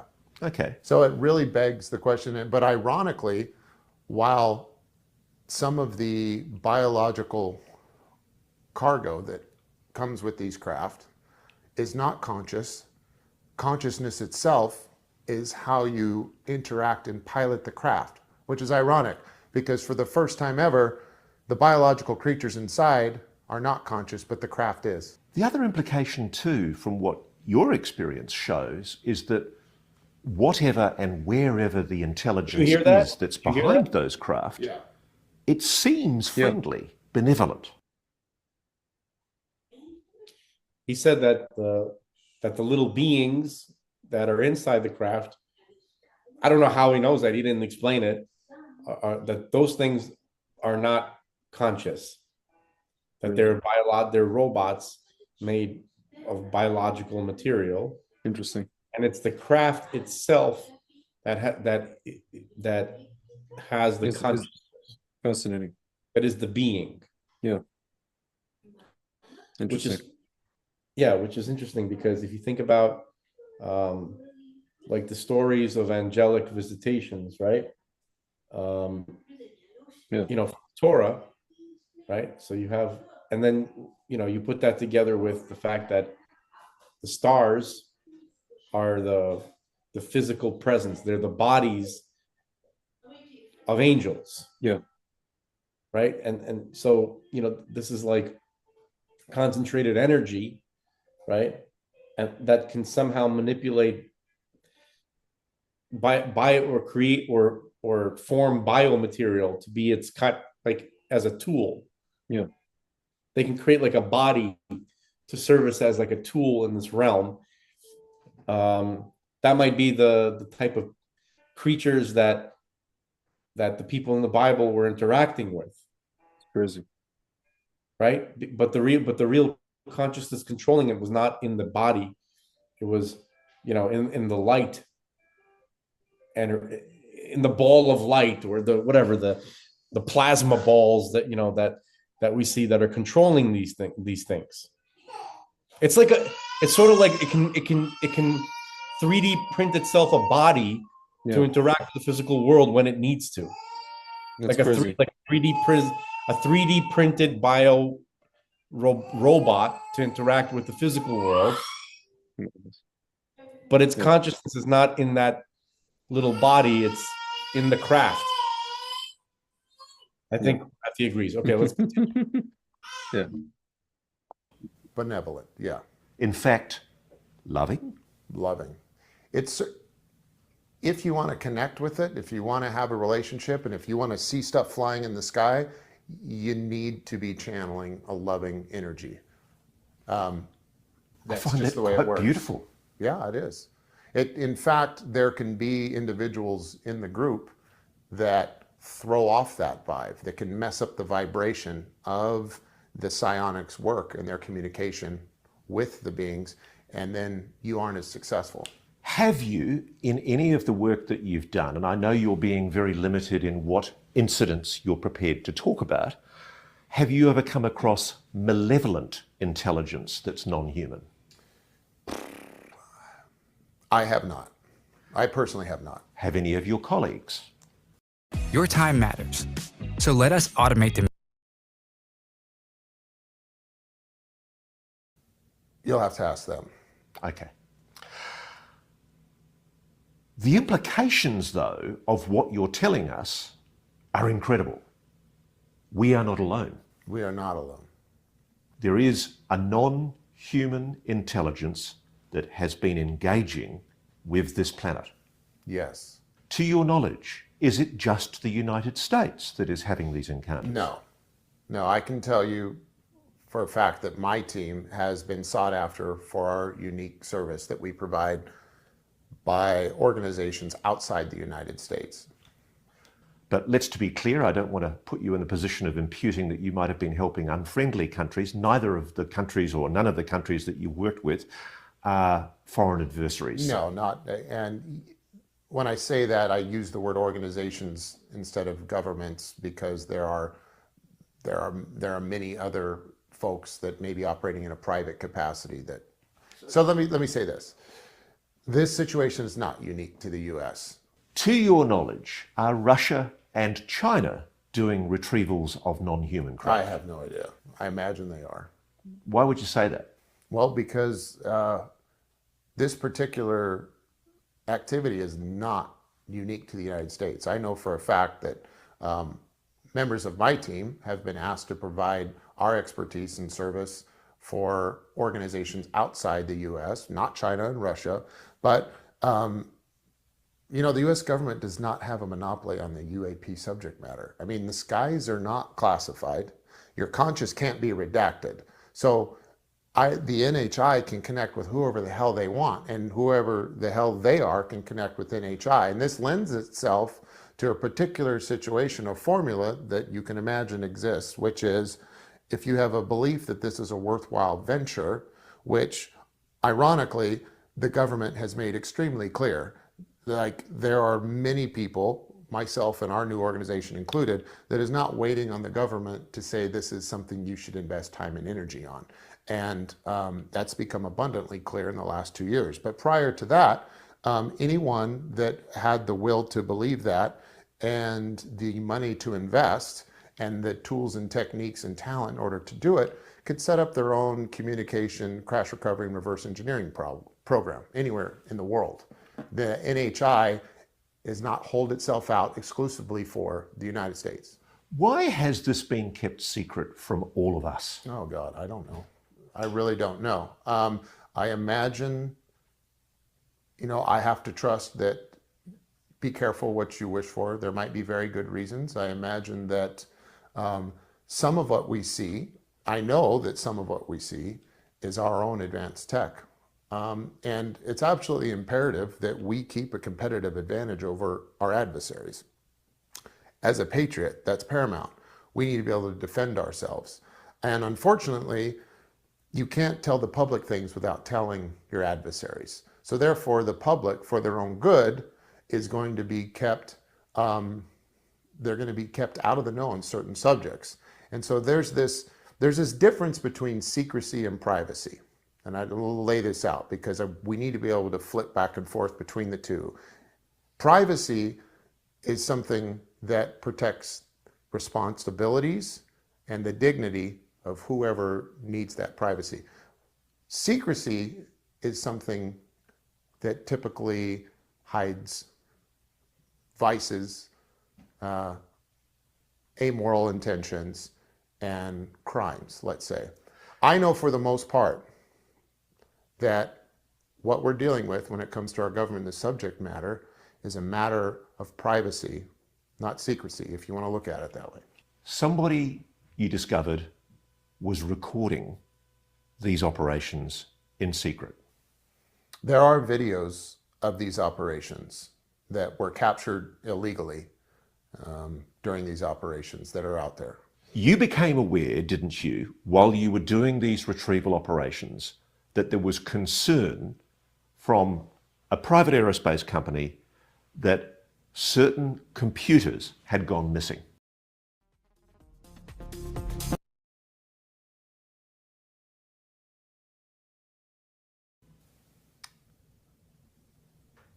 Yes.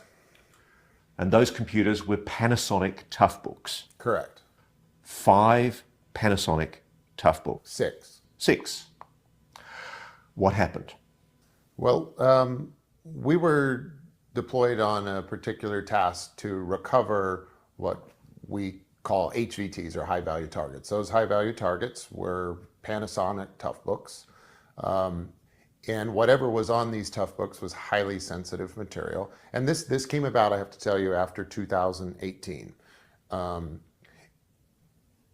It is quite possible, I will say, that the sensitive material that is on these Panasonic Toughbooks has to do with sensor data, video, that was illegally captured during some of these operations, some of which may be incriminating or classified.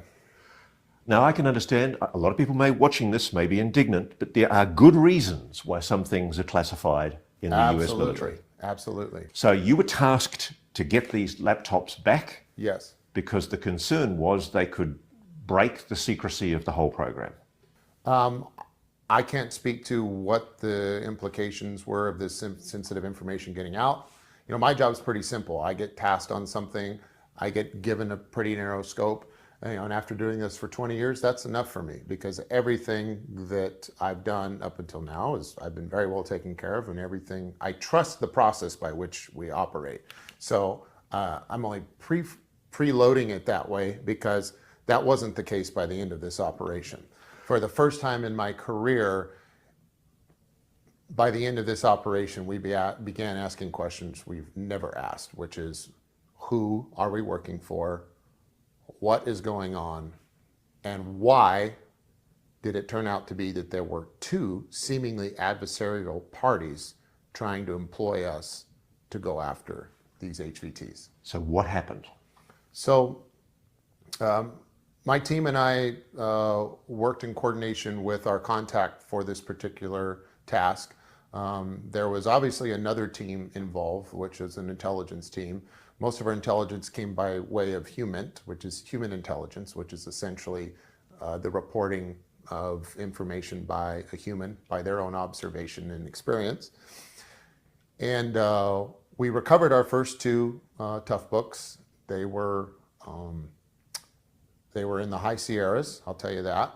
And we had first began recon on that particular target for the first 2 in the winter time, and there was tons of snow. So we continued to just observe that location in order to keep tabs on who might be coming and going. It's very remote. There's no way there.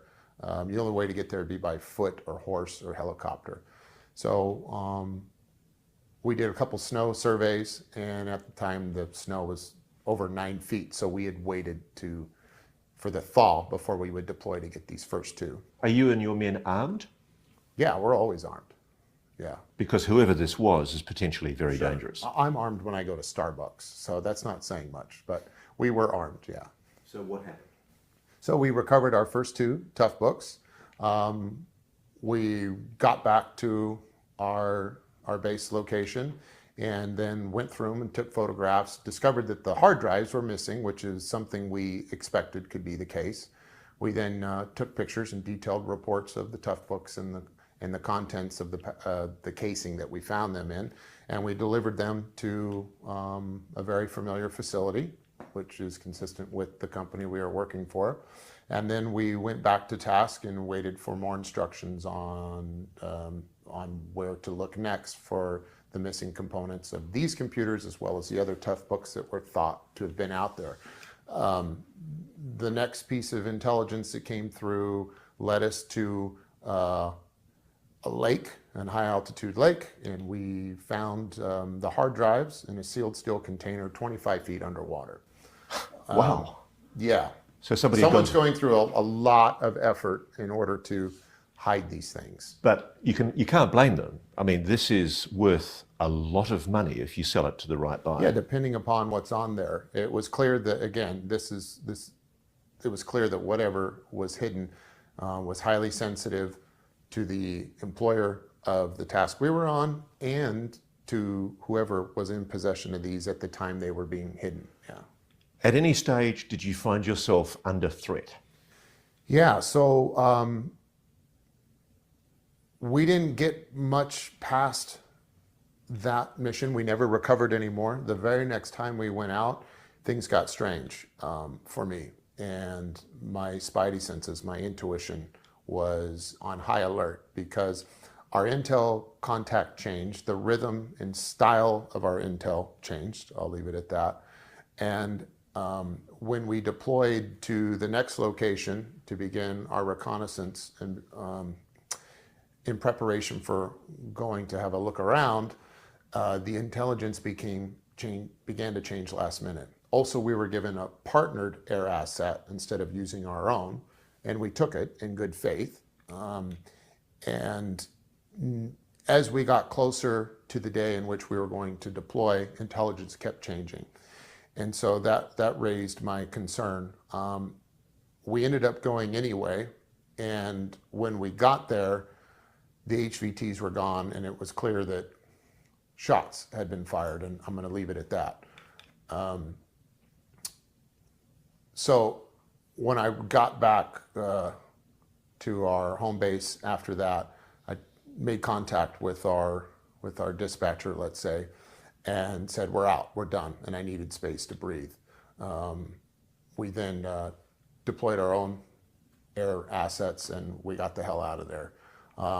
You felt you were in significant danger. Yeah, and I was concerned that we were being set up, we were being prepared for the one thing that we've always offered employers, and that is plausible deniability. And that we were perhaps going to be the hidden hand that gets severed. And that perhaps we were the ones who may be responsible for capturing that sensitive material on the front end. Do you think that you and your team had come under suspicion for the videos? Is it as simple as that? I think that's very likely. Or we were a suitable patsy. I do have to put one thing to you. Yeah. Because it's an incident that I've been told about from 2004, and I've been told about it by multiple people. I've been told that a private aerospace company was testing one of its own vehicles, what's referred to as an alien reproduction vehicle, an ARV in the colloquialism. That vehicle crashed somewhere south of New Mexico, possibly in Mexico, and I'm told that a team from that private aerospace contractor was deployed, and while they were there, another team arrived from the US military, and they had innocently been deployed by their government to intercept what they thought was a potentially anomalous craft. And in the course of that encounter, I am told 2 men were killed. Can you comment on that incident? Problems are fun. How about this? No, but Yeah, there's nothing I can add to that story or comment on. If I did have something to add, or if I had knowledge of that, it would certainly be something I would expect to get squashed by Dopster. And quite possibly, if I was involved in something like that, I probably wouldn't share it for one of my other reasons, which is maintaining the privacy and quality of life of my friends and family. It's too dangerous for you to talk about, potentially. It certainly, it would be, yeah.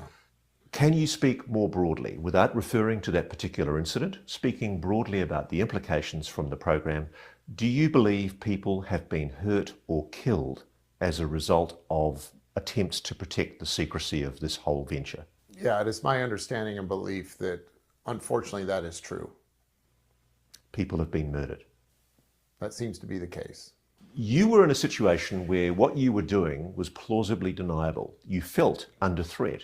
You were asking who you were working for. Who were you working for? Yeah, for the first time in my career, let me start by saying that for my entire career, both in the Air Force and as a contractor afterwards, I've been very well taken care of. I was given time off to get my head right when I needed to. I was given time to take care of my family when my wife had twins.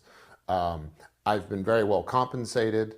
I've been trusted, and everything that needed to be laid out before me when put on certain tasks was as advertised and as promised.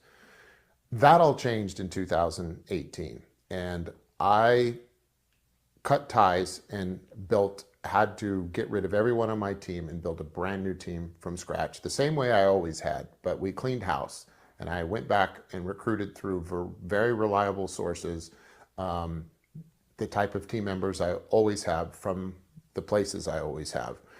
And we set out to try and figure out exactly who the adversarial parties were that were both interested in these laptops. And again, it was obvious to us at least who the employer was, but they were now in question, in my mind, as being part of the problem we ran into. And it became clear to me after working in this world that perhaps it wasn't this company. Perhaps there was someone in mid-level management or someone completely external that was masquerading as representatives of this company, and they liked wearing their merchandise, okay? So we came up with a plan, and I decided we're not gonna ask questions down here, we're gonna go to the top. So I reached out to the director of security for the particular organization and a sister organization and set up a meeting with them and went and spoke to them directly about our operation to find out which was true, because there was only two truths in my minds. Either they were complicit or they were compromised. So either their company and their chain of command was compromised, meaning the top had no idea what was going on at the bottom, or they were complicit. This mission that we were asked to do was directed from the top down. So the question in your mind was this a rogue operation? What did you find? What did you find out? Well, I found out that the people at the top claimed to know nothing about it, and they didn't want to touch it with a 10-foot pole, and they advised me to leave it alone. So this leads you to the possibility that this was a rogue operation. Somebody was tasking you to do things, dangerous things, where your life had been in danger and your team members had been in danger. This is a good example for everyone watching as to how something like this could be kept secret, because you could think of me as, again, I'm just a security and transportation specialist. Everything else I'm speaking to and that I know about, I gain just from my own knowledge and interest of being in the environment. But I speak to a lot of things that aren't necessarily my specialty. I'm on the very fingertips of this thing, which is part of why you haven't heard from me before. I operate in the shadows by design. I'm the fingertips of this thing. I have firsthand accounts of working with these crafts and in these organizations. They're up here at the shoulder. Like our friend David Grush has worked at a very high administrative level. He didn't know who I was. He had to find me through the process. And so there are things that the shoulder is intending to do, if we're going to use a joint analogy, that ends up being facilitated by individuals on the fingertips. There's another joint in between. That's the elbow. This is that mid-level. Something could be dramatically redesigned and repurposed at the elbow joint to where the mission of the fingertips is not consistent with the mission of the shoulder. When you confronted the head of security for that unnamed private aerospace company, what was his reaction? Was he nervous? Oh, he was nervous. I mean, it's quite unusual for you to go and knock on the door of a very, very senior person in such a huge organization. Yeah, no, he welcomed me, and this is something that we had made arrangements for. Right. But was he perhaps freaked out, frightened when you confronted him about what you told him? No, I like to think I know how to make myself come across disarming. Going on this journey has brought us closer together. It brought me and my mom a lot. He told you to forget it.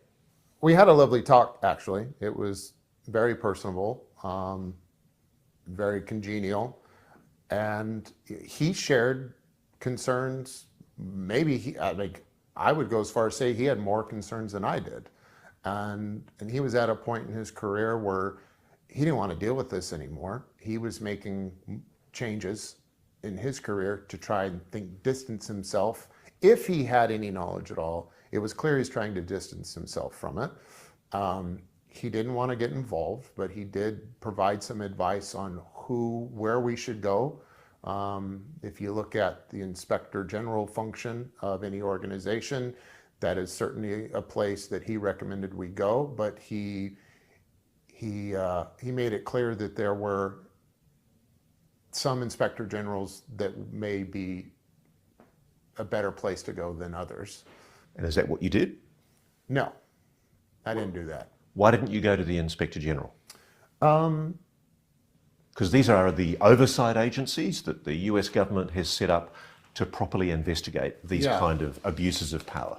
It wasn't, at that point, you got to remember, like, I had lost all faith in everything. I was starting at ground zero. I even fired my whole team and was rebuilding my own network from the ground up.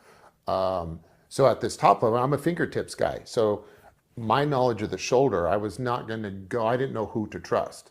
So even going to an Inspector General, the expectation would be for me to just spill all. So I hadn't done my homework enough to where I felt comfortable going to an Inspector General, and I wasn't sure that that was going to provide me the outcome I wanted. So what did you do?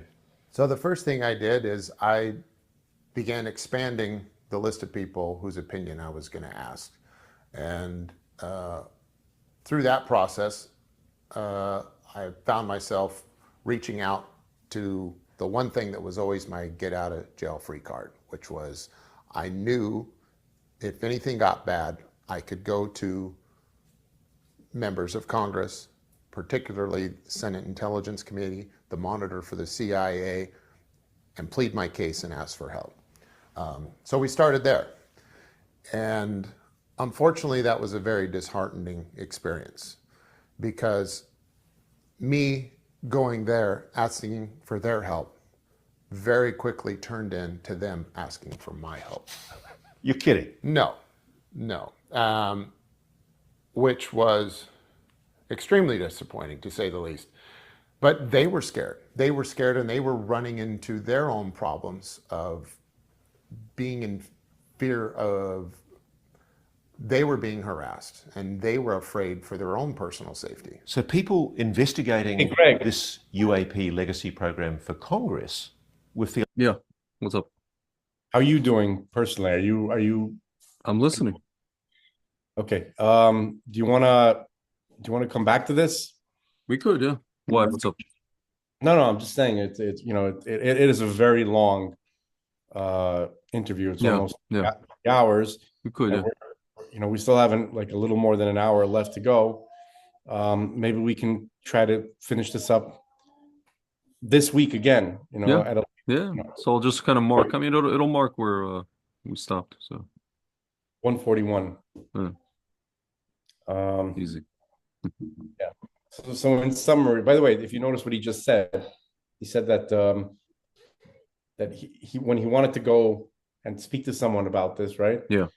Went and and they're like the people that he was supposed to go to for help asked him for help. Yeah. Yeah. It's kind of crazy. Yeah. Okay. So, Listen, there's a lot. It's so much to unpack here. Meaning, for me, there's a lot of connection between. Obviously, there's connection between obviously what's been going on with COVID and the people that have been running this whole, you know, World Economic Forum trying to get people to take this mRNA, you know, and the fact that these people have basically hybrid, these people are hybrids of something, or they don't even have souls. And then you have this, this whole, scenario with the UAPs. It's obviously all connected, and the fact that there's like basically this kind of like a blockage or delay in releasing information about it. There's people inside that obviously don't want that to happen. And the fact that Trump won and the fact that there's crazy opposition against him. And again, I tell this to people all the time. We know this, that, he's like a guy like him, he's not going to come in like a pretty neat little package with a nice bow on top, He's not going to be like, so to speak, digestible to everybody, palatable, but he's gonna bring the unabashed truth, and he's gonna do the things that need to be done, and it's gonna look like some people are gonna look at it in I guess horror. Some people are going to say that it's just downright he's like delusional for even thinking, for example, that these people will accept, Jordan and Egypt will accept the Gazans, or delusional in that he can deport all these illegals, or these like murderers or whatever they are. It's happening, but meaning like there's a lot of people who are just like either they're just flat out against it because they're against it, or flat out like saying this cannot, the can't be done crowd, right? yeah. So it doesn't really matter. The point is like there's a lot of over between those two. yeah, of course, but like the point is that it's all connected to the opposition to really God, because everything that's been done by the people that are against Trump has been really against God. It's not just been against Trump. Trump is just a figurehead, a symbol of that. So not to say there's any kind of Mashiach, but the point is they're against God. They're for sure against God. They are hybrids of something. They're trying to pull us away from, they're trying to rip away our DNA, separate our DNA from our neshama, and they're trying to turn us into like something akin to basically them, or something akin to, these things that we read about from Bartzadok, really, but even worse, because it's like we're human, we're organic beings. So whatever they're trying to do to us, it's like it's not it's even worse than what these Shedim are, or these Nephilim are, or whatever. By the way, Yeah. based on what you read earlier from Rabbi Bartzadok, right? Yeah. The ministering angels, their scheme to create a passive kind of being. Yeah. Right? The human being. This is what this is. That's precisely what Larry Ellison saying about AI. I said that to my friend the other day. I said, I sent him a video of Alex Jones like speaking 8 years ago about this whole, basically he wouldn't say it by name, but he was basically talking about Neuralink and how everything is just like turned into like, you're linking this crap to like our so-called, consciousness, and also our organic bodies. Yeah. And I said, now, this stuff is real. And now on top of that, and this Allison and Altman, they're trying to do, and Musk. And Musk also, they're trying to do this whole thing with this, now mixing mRNA with that and AI. It's literally like you're looking at this and you're just like, I hope. Yeah. I was just gonna say, I hope Trump is just parading them out in the open so that we could see. I know Trump is not on board with this has to crap. be. It has to be. Yeah. Because Otherwise, we're, I don't know what. he's just showing you, Trump is like saying, like, look what they're. Yeah. I'm inviting them. They're going to come and reveal their plot. Yeah. It's Right? almost like in the movie, it's a reverse version of like in a movie where the villain invites James Bond to his thing, and he's going to show him like, here's what I'm doing. Right. He's inviting the villains, the good guys inviting but the villain is always hiding on the bottom of the ocean. Yeah. In some volcano layer, right? Yeah. Instead of doing that, Yeah. Trump is inviting them and legitimatizing them. Yeah. Come and spill the beans of their nefarious plot. Yeah. So that everybody hears about it and kind of wakes up like, wait, what? Yeah. So, AI and mRNA. What are we, robots? What is this crap? Like, it's as if he doesn't know that MAGA despises mRNA. Of course. He knows. Of course. So I'm pretty sure, but these guys, they must be the human liaisons to the ministering angels. Whoever's like completely like at the top of these programs, these AI kind of controlling everything, all of society, like the fucking WEF, that must be a ministering angel. Yeah. Program, that's a project or something like that. So yeah. All right, we know they're not going to win. No, of course not. Listen, man, the more, I think about it, the more, speaking of movies, speaking of Close Encounters, the more, like, I think very soon, if not already, everything's just going to turn into, like, literally a movie, and we're just going to be, like, in a movie. It's just going to be, I'm just thinking about it. Like, I don't want to be in a movie. I want to be. No, like, you know what I mean? Like, when I say I'm in a movie, it's going to be like people like you and I, who've been kind of waiting for the stuff. We're just going to be like, I mean, we're still going to be kind of a little bit shocked maybe, or a little bit surprised, but a lot of people are just going to be like, whoa, like, what the, it's completely taken, it's going to be funny to me because it's not even that like I want, I'm like, oh, I want whatever, like vindication from people in like, friends and family, but like it's just gonna be funny to me when people are gonna come to me and they're just gonna be like, how'd you know? And I'm just gonna be like, I didn't know anything. Didn't, I just paid attention a little bit, like just a little bit, I guess you could say, I don't know. Like I was busy doing my, with my business and all the rest of it. But at the same time, it's like, how can you ignore this? How can you avoid it? How can you not get wind of it? Yeah. Whether it's the COVID stuff, whether it's this stuff that we're, like, I you under a rock?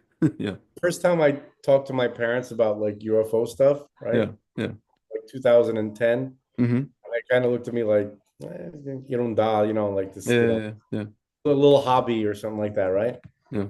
And like, the past couple of years, and they, they'll see something now on, now it's, they'll see president, they'll see and Donald they send it to stuff you stuff. No, they won't send it to me, but they'll kind of be like, they're sort of like, like, yeah. Like, oh my God, like, they're not that overt yet. I think they don't. Like, okay, like, yeah. I think people don't, like especially like Russian parents. I think people don't know. They don't even know what to make of it because first of all, this is not such a talked about. This was never a talked about subject either in the, let's say, Soviet television, for sure not. And in even on this Russian language TV, these channels, they don't talk about this stuff at all. It's like literally they're in their dude, if you ever watch like, like these like so-called self-styled intellectual commentators in Russian language TV, like here in America or even like everything is about like it's all very like, they talk about Israel, they talk about Russia, Ukraine, it's all very like they go into great detail and fine comb and microscopic. And I feel like to them, talking about these this UAP thing would be like talking about the movie E.T. and it's just like I literally like it would be just like a fantastical joke. It's not even on their radar at all, as far as from a journalistic perspective, from any perspective at all. Like nothing. It's not even like you could you come to them as a conspiracy theory. They just don't know what you're talking about. It's literally different planets. Yeah. Fascinating. Like it seems to be a very uniquely, in terms of media, a very uniquely American or English speaking, English language Anglo phenomenon. That's what I'm noticing. I would. In terms of coverage, you know? No, I mean, the Russians, they talk about it a lot. The Russians, who? In Russia, they're more open with it. They admit it, like in China as well, by the way. Like I've heard these, they're in society, they're far more open to the idea of UAPs. It could be, yeah. That the public itself is not so interested in it because it's almost like the culture itself is so destructive. Yeah.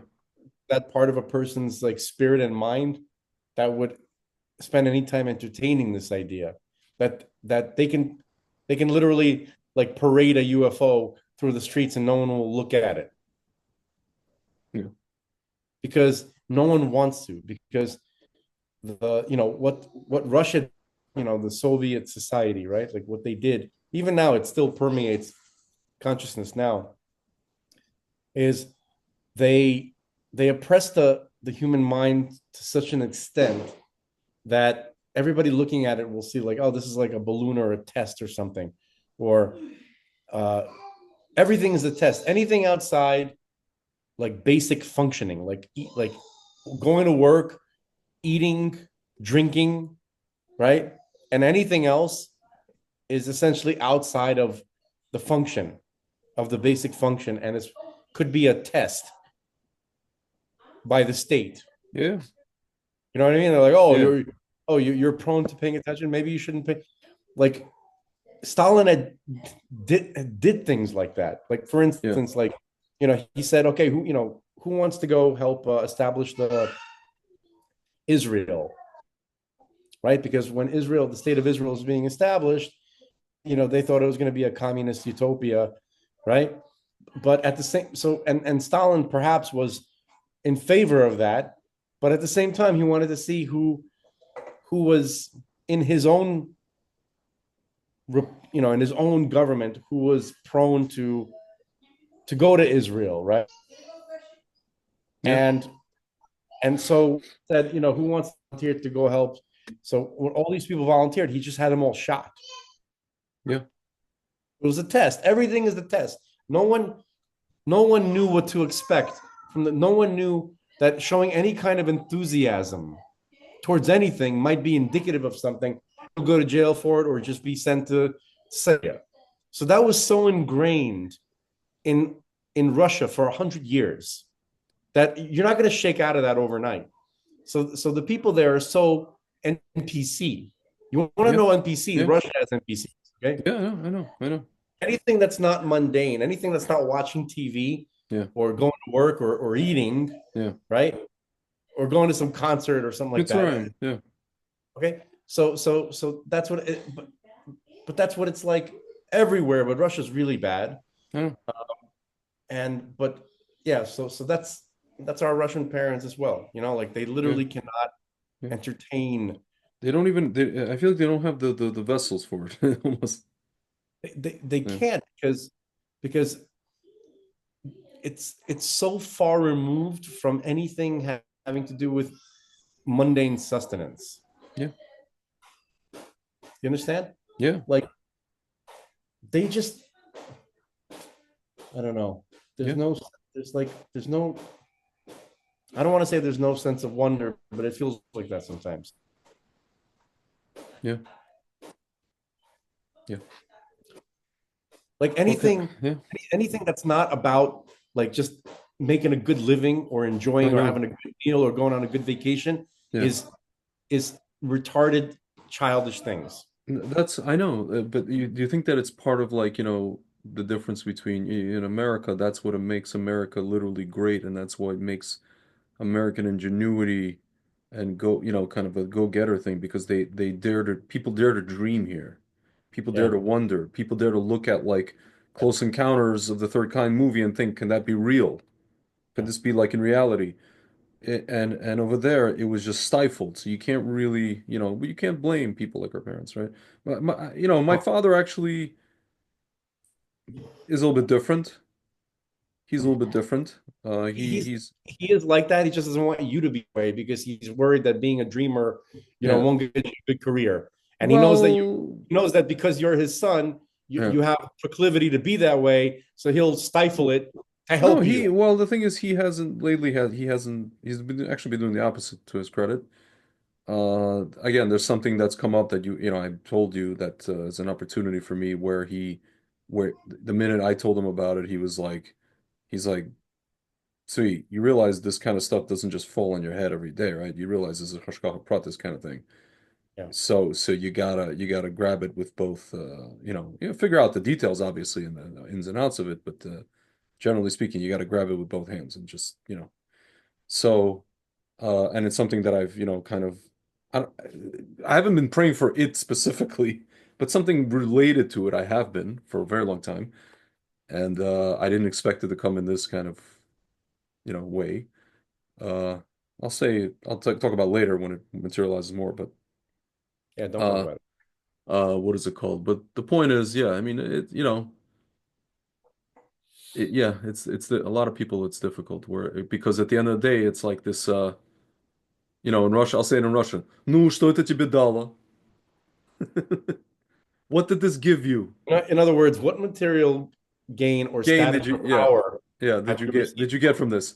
And Right. I always say like I've been hammering over the head to anybody who's been said that to me in my family or elsewhere. I said, can't we just do things just to do them? In the words of the Rick Here's James, here's to enjoy let me them, say it to progress as a human being, to grow as a human being, to have this experience in life, to let have me this let me contribute something to the world. let me stop you for a second. I apologize. Is that possible? Yeah, sorry. Here's a more considerate and more truthful translation of what our parents tell us. Mhm. What Yeah. financial gain have you made from this activity, which will assure to me that you will have a sustenance that I don't have to worry about you, that you'll be able to afford a life and a family Yeah. without our assistance, if God forbid we can't help you. Yeah. That's what really they're saying. Like they got to see that you have, that you have the ability to make a living comfortably to where you're happy and you can afford whatever you need for your family or maybe even whatever you want for your family, right? And for your children. And also, let's say you did okay, but here's the thing. Let's say you were successful, right? Financially. Yeah. And then you would tell your parents that you have this interest, right? That you've been paying attention to this topic of UFOs. They would immediately begin worrying how that topic would affect the possibility of losing your comfortable living and your Of success in course. the world. See, it's all about like guaranteeing existence. That's what's really bugging. But the irony for me, it doesn't guarantee existence. That's the irony of the whole thing. It doesn't guarantee jack shit, pardon my language, and none of it ever did. If anything, chasing this and chasing that guaranteed my insanity.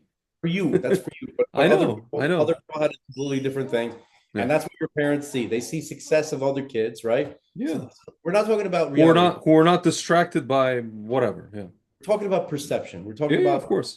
what it looks like to your parents. Okay. Yeah. So that's what we're dealing with. So they just want you to be. They just want to know that you have the means to live comfortably and to have a family and to afford everything that you want to afford. and everything else that you're interested in until that happens is a distraction which causes them great distress. So you're better off not mentioning anything to your parents. Now, in America, Yeah. right, and mostly in America, other places, but mostly in America, you have people who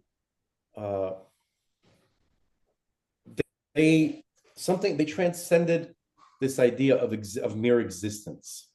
This is something that that Manus Friedman speaks about. Yeah. Right. There's a phenomena today that people are struggling in the religious Jewish community. Right. That they're dealing with a phenomenon that had not existed before. Where, let's say the archetypal example, the grandfather wakes up his grandson and says, "Okay, let's wake up. You got to go to school." So the kid nowadays says, "Why? What do you mean why? You have to go. Why? I don't want to go. Why? You have to. Well, why? Well, because if you don't go to school, then you're not gonna get the good grades. Why do I need good grades? Well, you need to get into a good grade, so you maybe get into a good college or to a good vocational program. Because what do I need that for? He goes, you need a job to live. He goes, I do. I need a job to live. He goes, yeah, you'll die. He goes, oh, this is all about not dying. I don't care. Yeah. Like the kids don't care anymore about simply existing. They're like, I didn't ask to be born. Yeah, and no. telling me I got to wake up and then Yeah. I have to figure out how to pay for everything. Well, that's kind of my I didn't even want to come here. For me, it's not. Now I have bills to pay. What? Yeah. Why did this happen? Right? Yeah. And so he instructs the grandparents to say, I didn't ask to be born either. None of us are. But the thing is that was never a thing before. Yeah. Only this generation and in America. Yeah, of course. He says this phenomenon is evidence that mere existence is no longer sufficient for continued for wanting to be here. Correct, because otherwise you just become that was enough for everyone. No, but it was enough for everyone before. For sure. Right? Supposedly, except for, by the way, the greatest minds that ever lived throughout time. It wasn't enough for them. That just shows you how. That just shows you what? Those kind of people got. Dude, you're skipping. Your connection is poor. I can't hear you at all. You're skipping very badly. Can you see me move? Can you move? You're like it's skipping very much. Can you hear me say, let's end it now, and then we'll continue another time? Yes, sir. Oh, that part was clear. I think somebody's effing with us. That's what I think, my friend.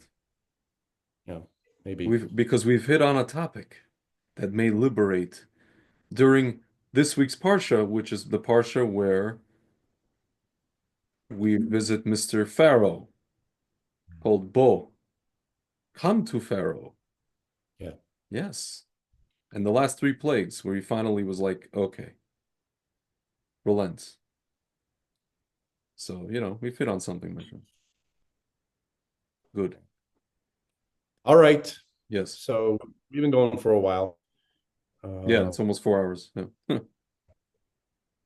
I'm glad that we didn't get Israel topic because that's too. Yeah, it's too much. It's too much right now. We need to see everything crystallize, and then we'll talk about it. Just makes no sense to talk about it. Greg showed me something this morning, which made me post something on Twitter, which I removed, by the way. Oh, yeah, but I mean, I still think it holds true what you said in general, the general idea. I sent a curse on the world. Yeah. I retracted the curse until further notice. It's like like those Kabbalists, they put the curse on a couple of prime ministers. It's called Pulso de Noro. So they're like, we retract the curse until further notice. Yes. Love. Yes. About this. All right, sir. If I'm wrong about this, I will literally dance. Yeah. Like I feel like such a heavy weight will be lifted off me that I will float. Yes. All right, everyone. All right, folks. We shall catch you B'ezrat Hashem next week. Peace. Later this week, actually. We have to finish. Yes. We have to do a shortish for us segment just to finish that interview. Yes. So probably, yeah, we'll see. We'll figure it out. All right. Peace. Oh yeah, and Trump wants to remove the income tax. So that's he just I didn't hear that. I mean, I heard some rumblings like before, but I didn't hear that an no, update just on now. that. Just Exciting. very welcome idea. Yes. Yes. Okay. All right, we'll talk about that. Peace out.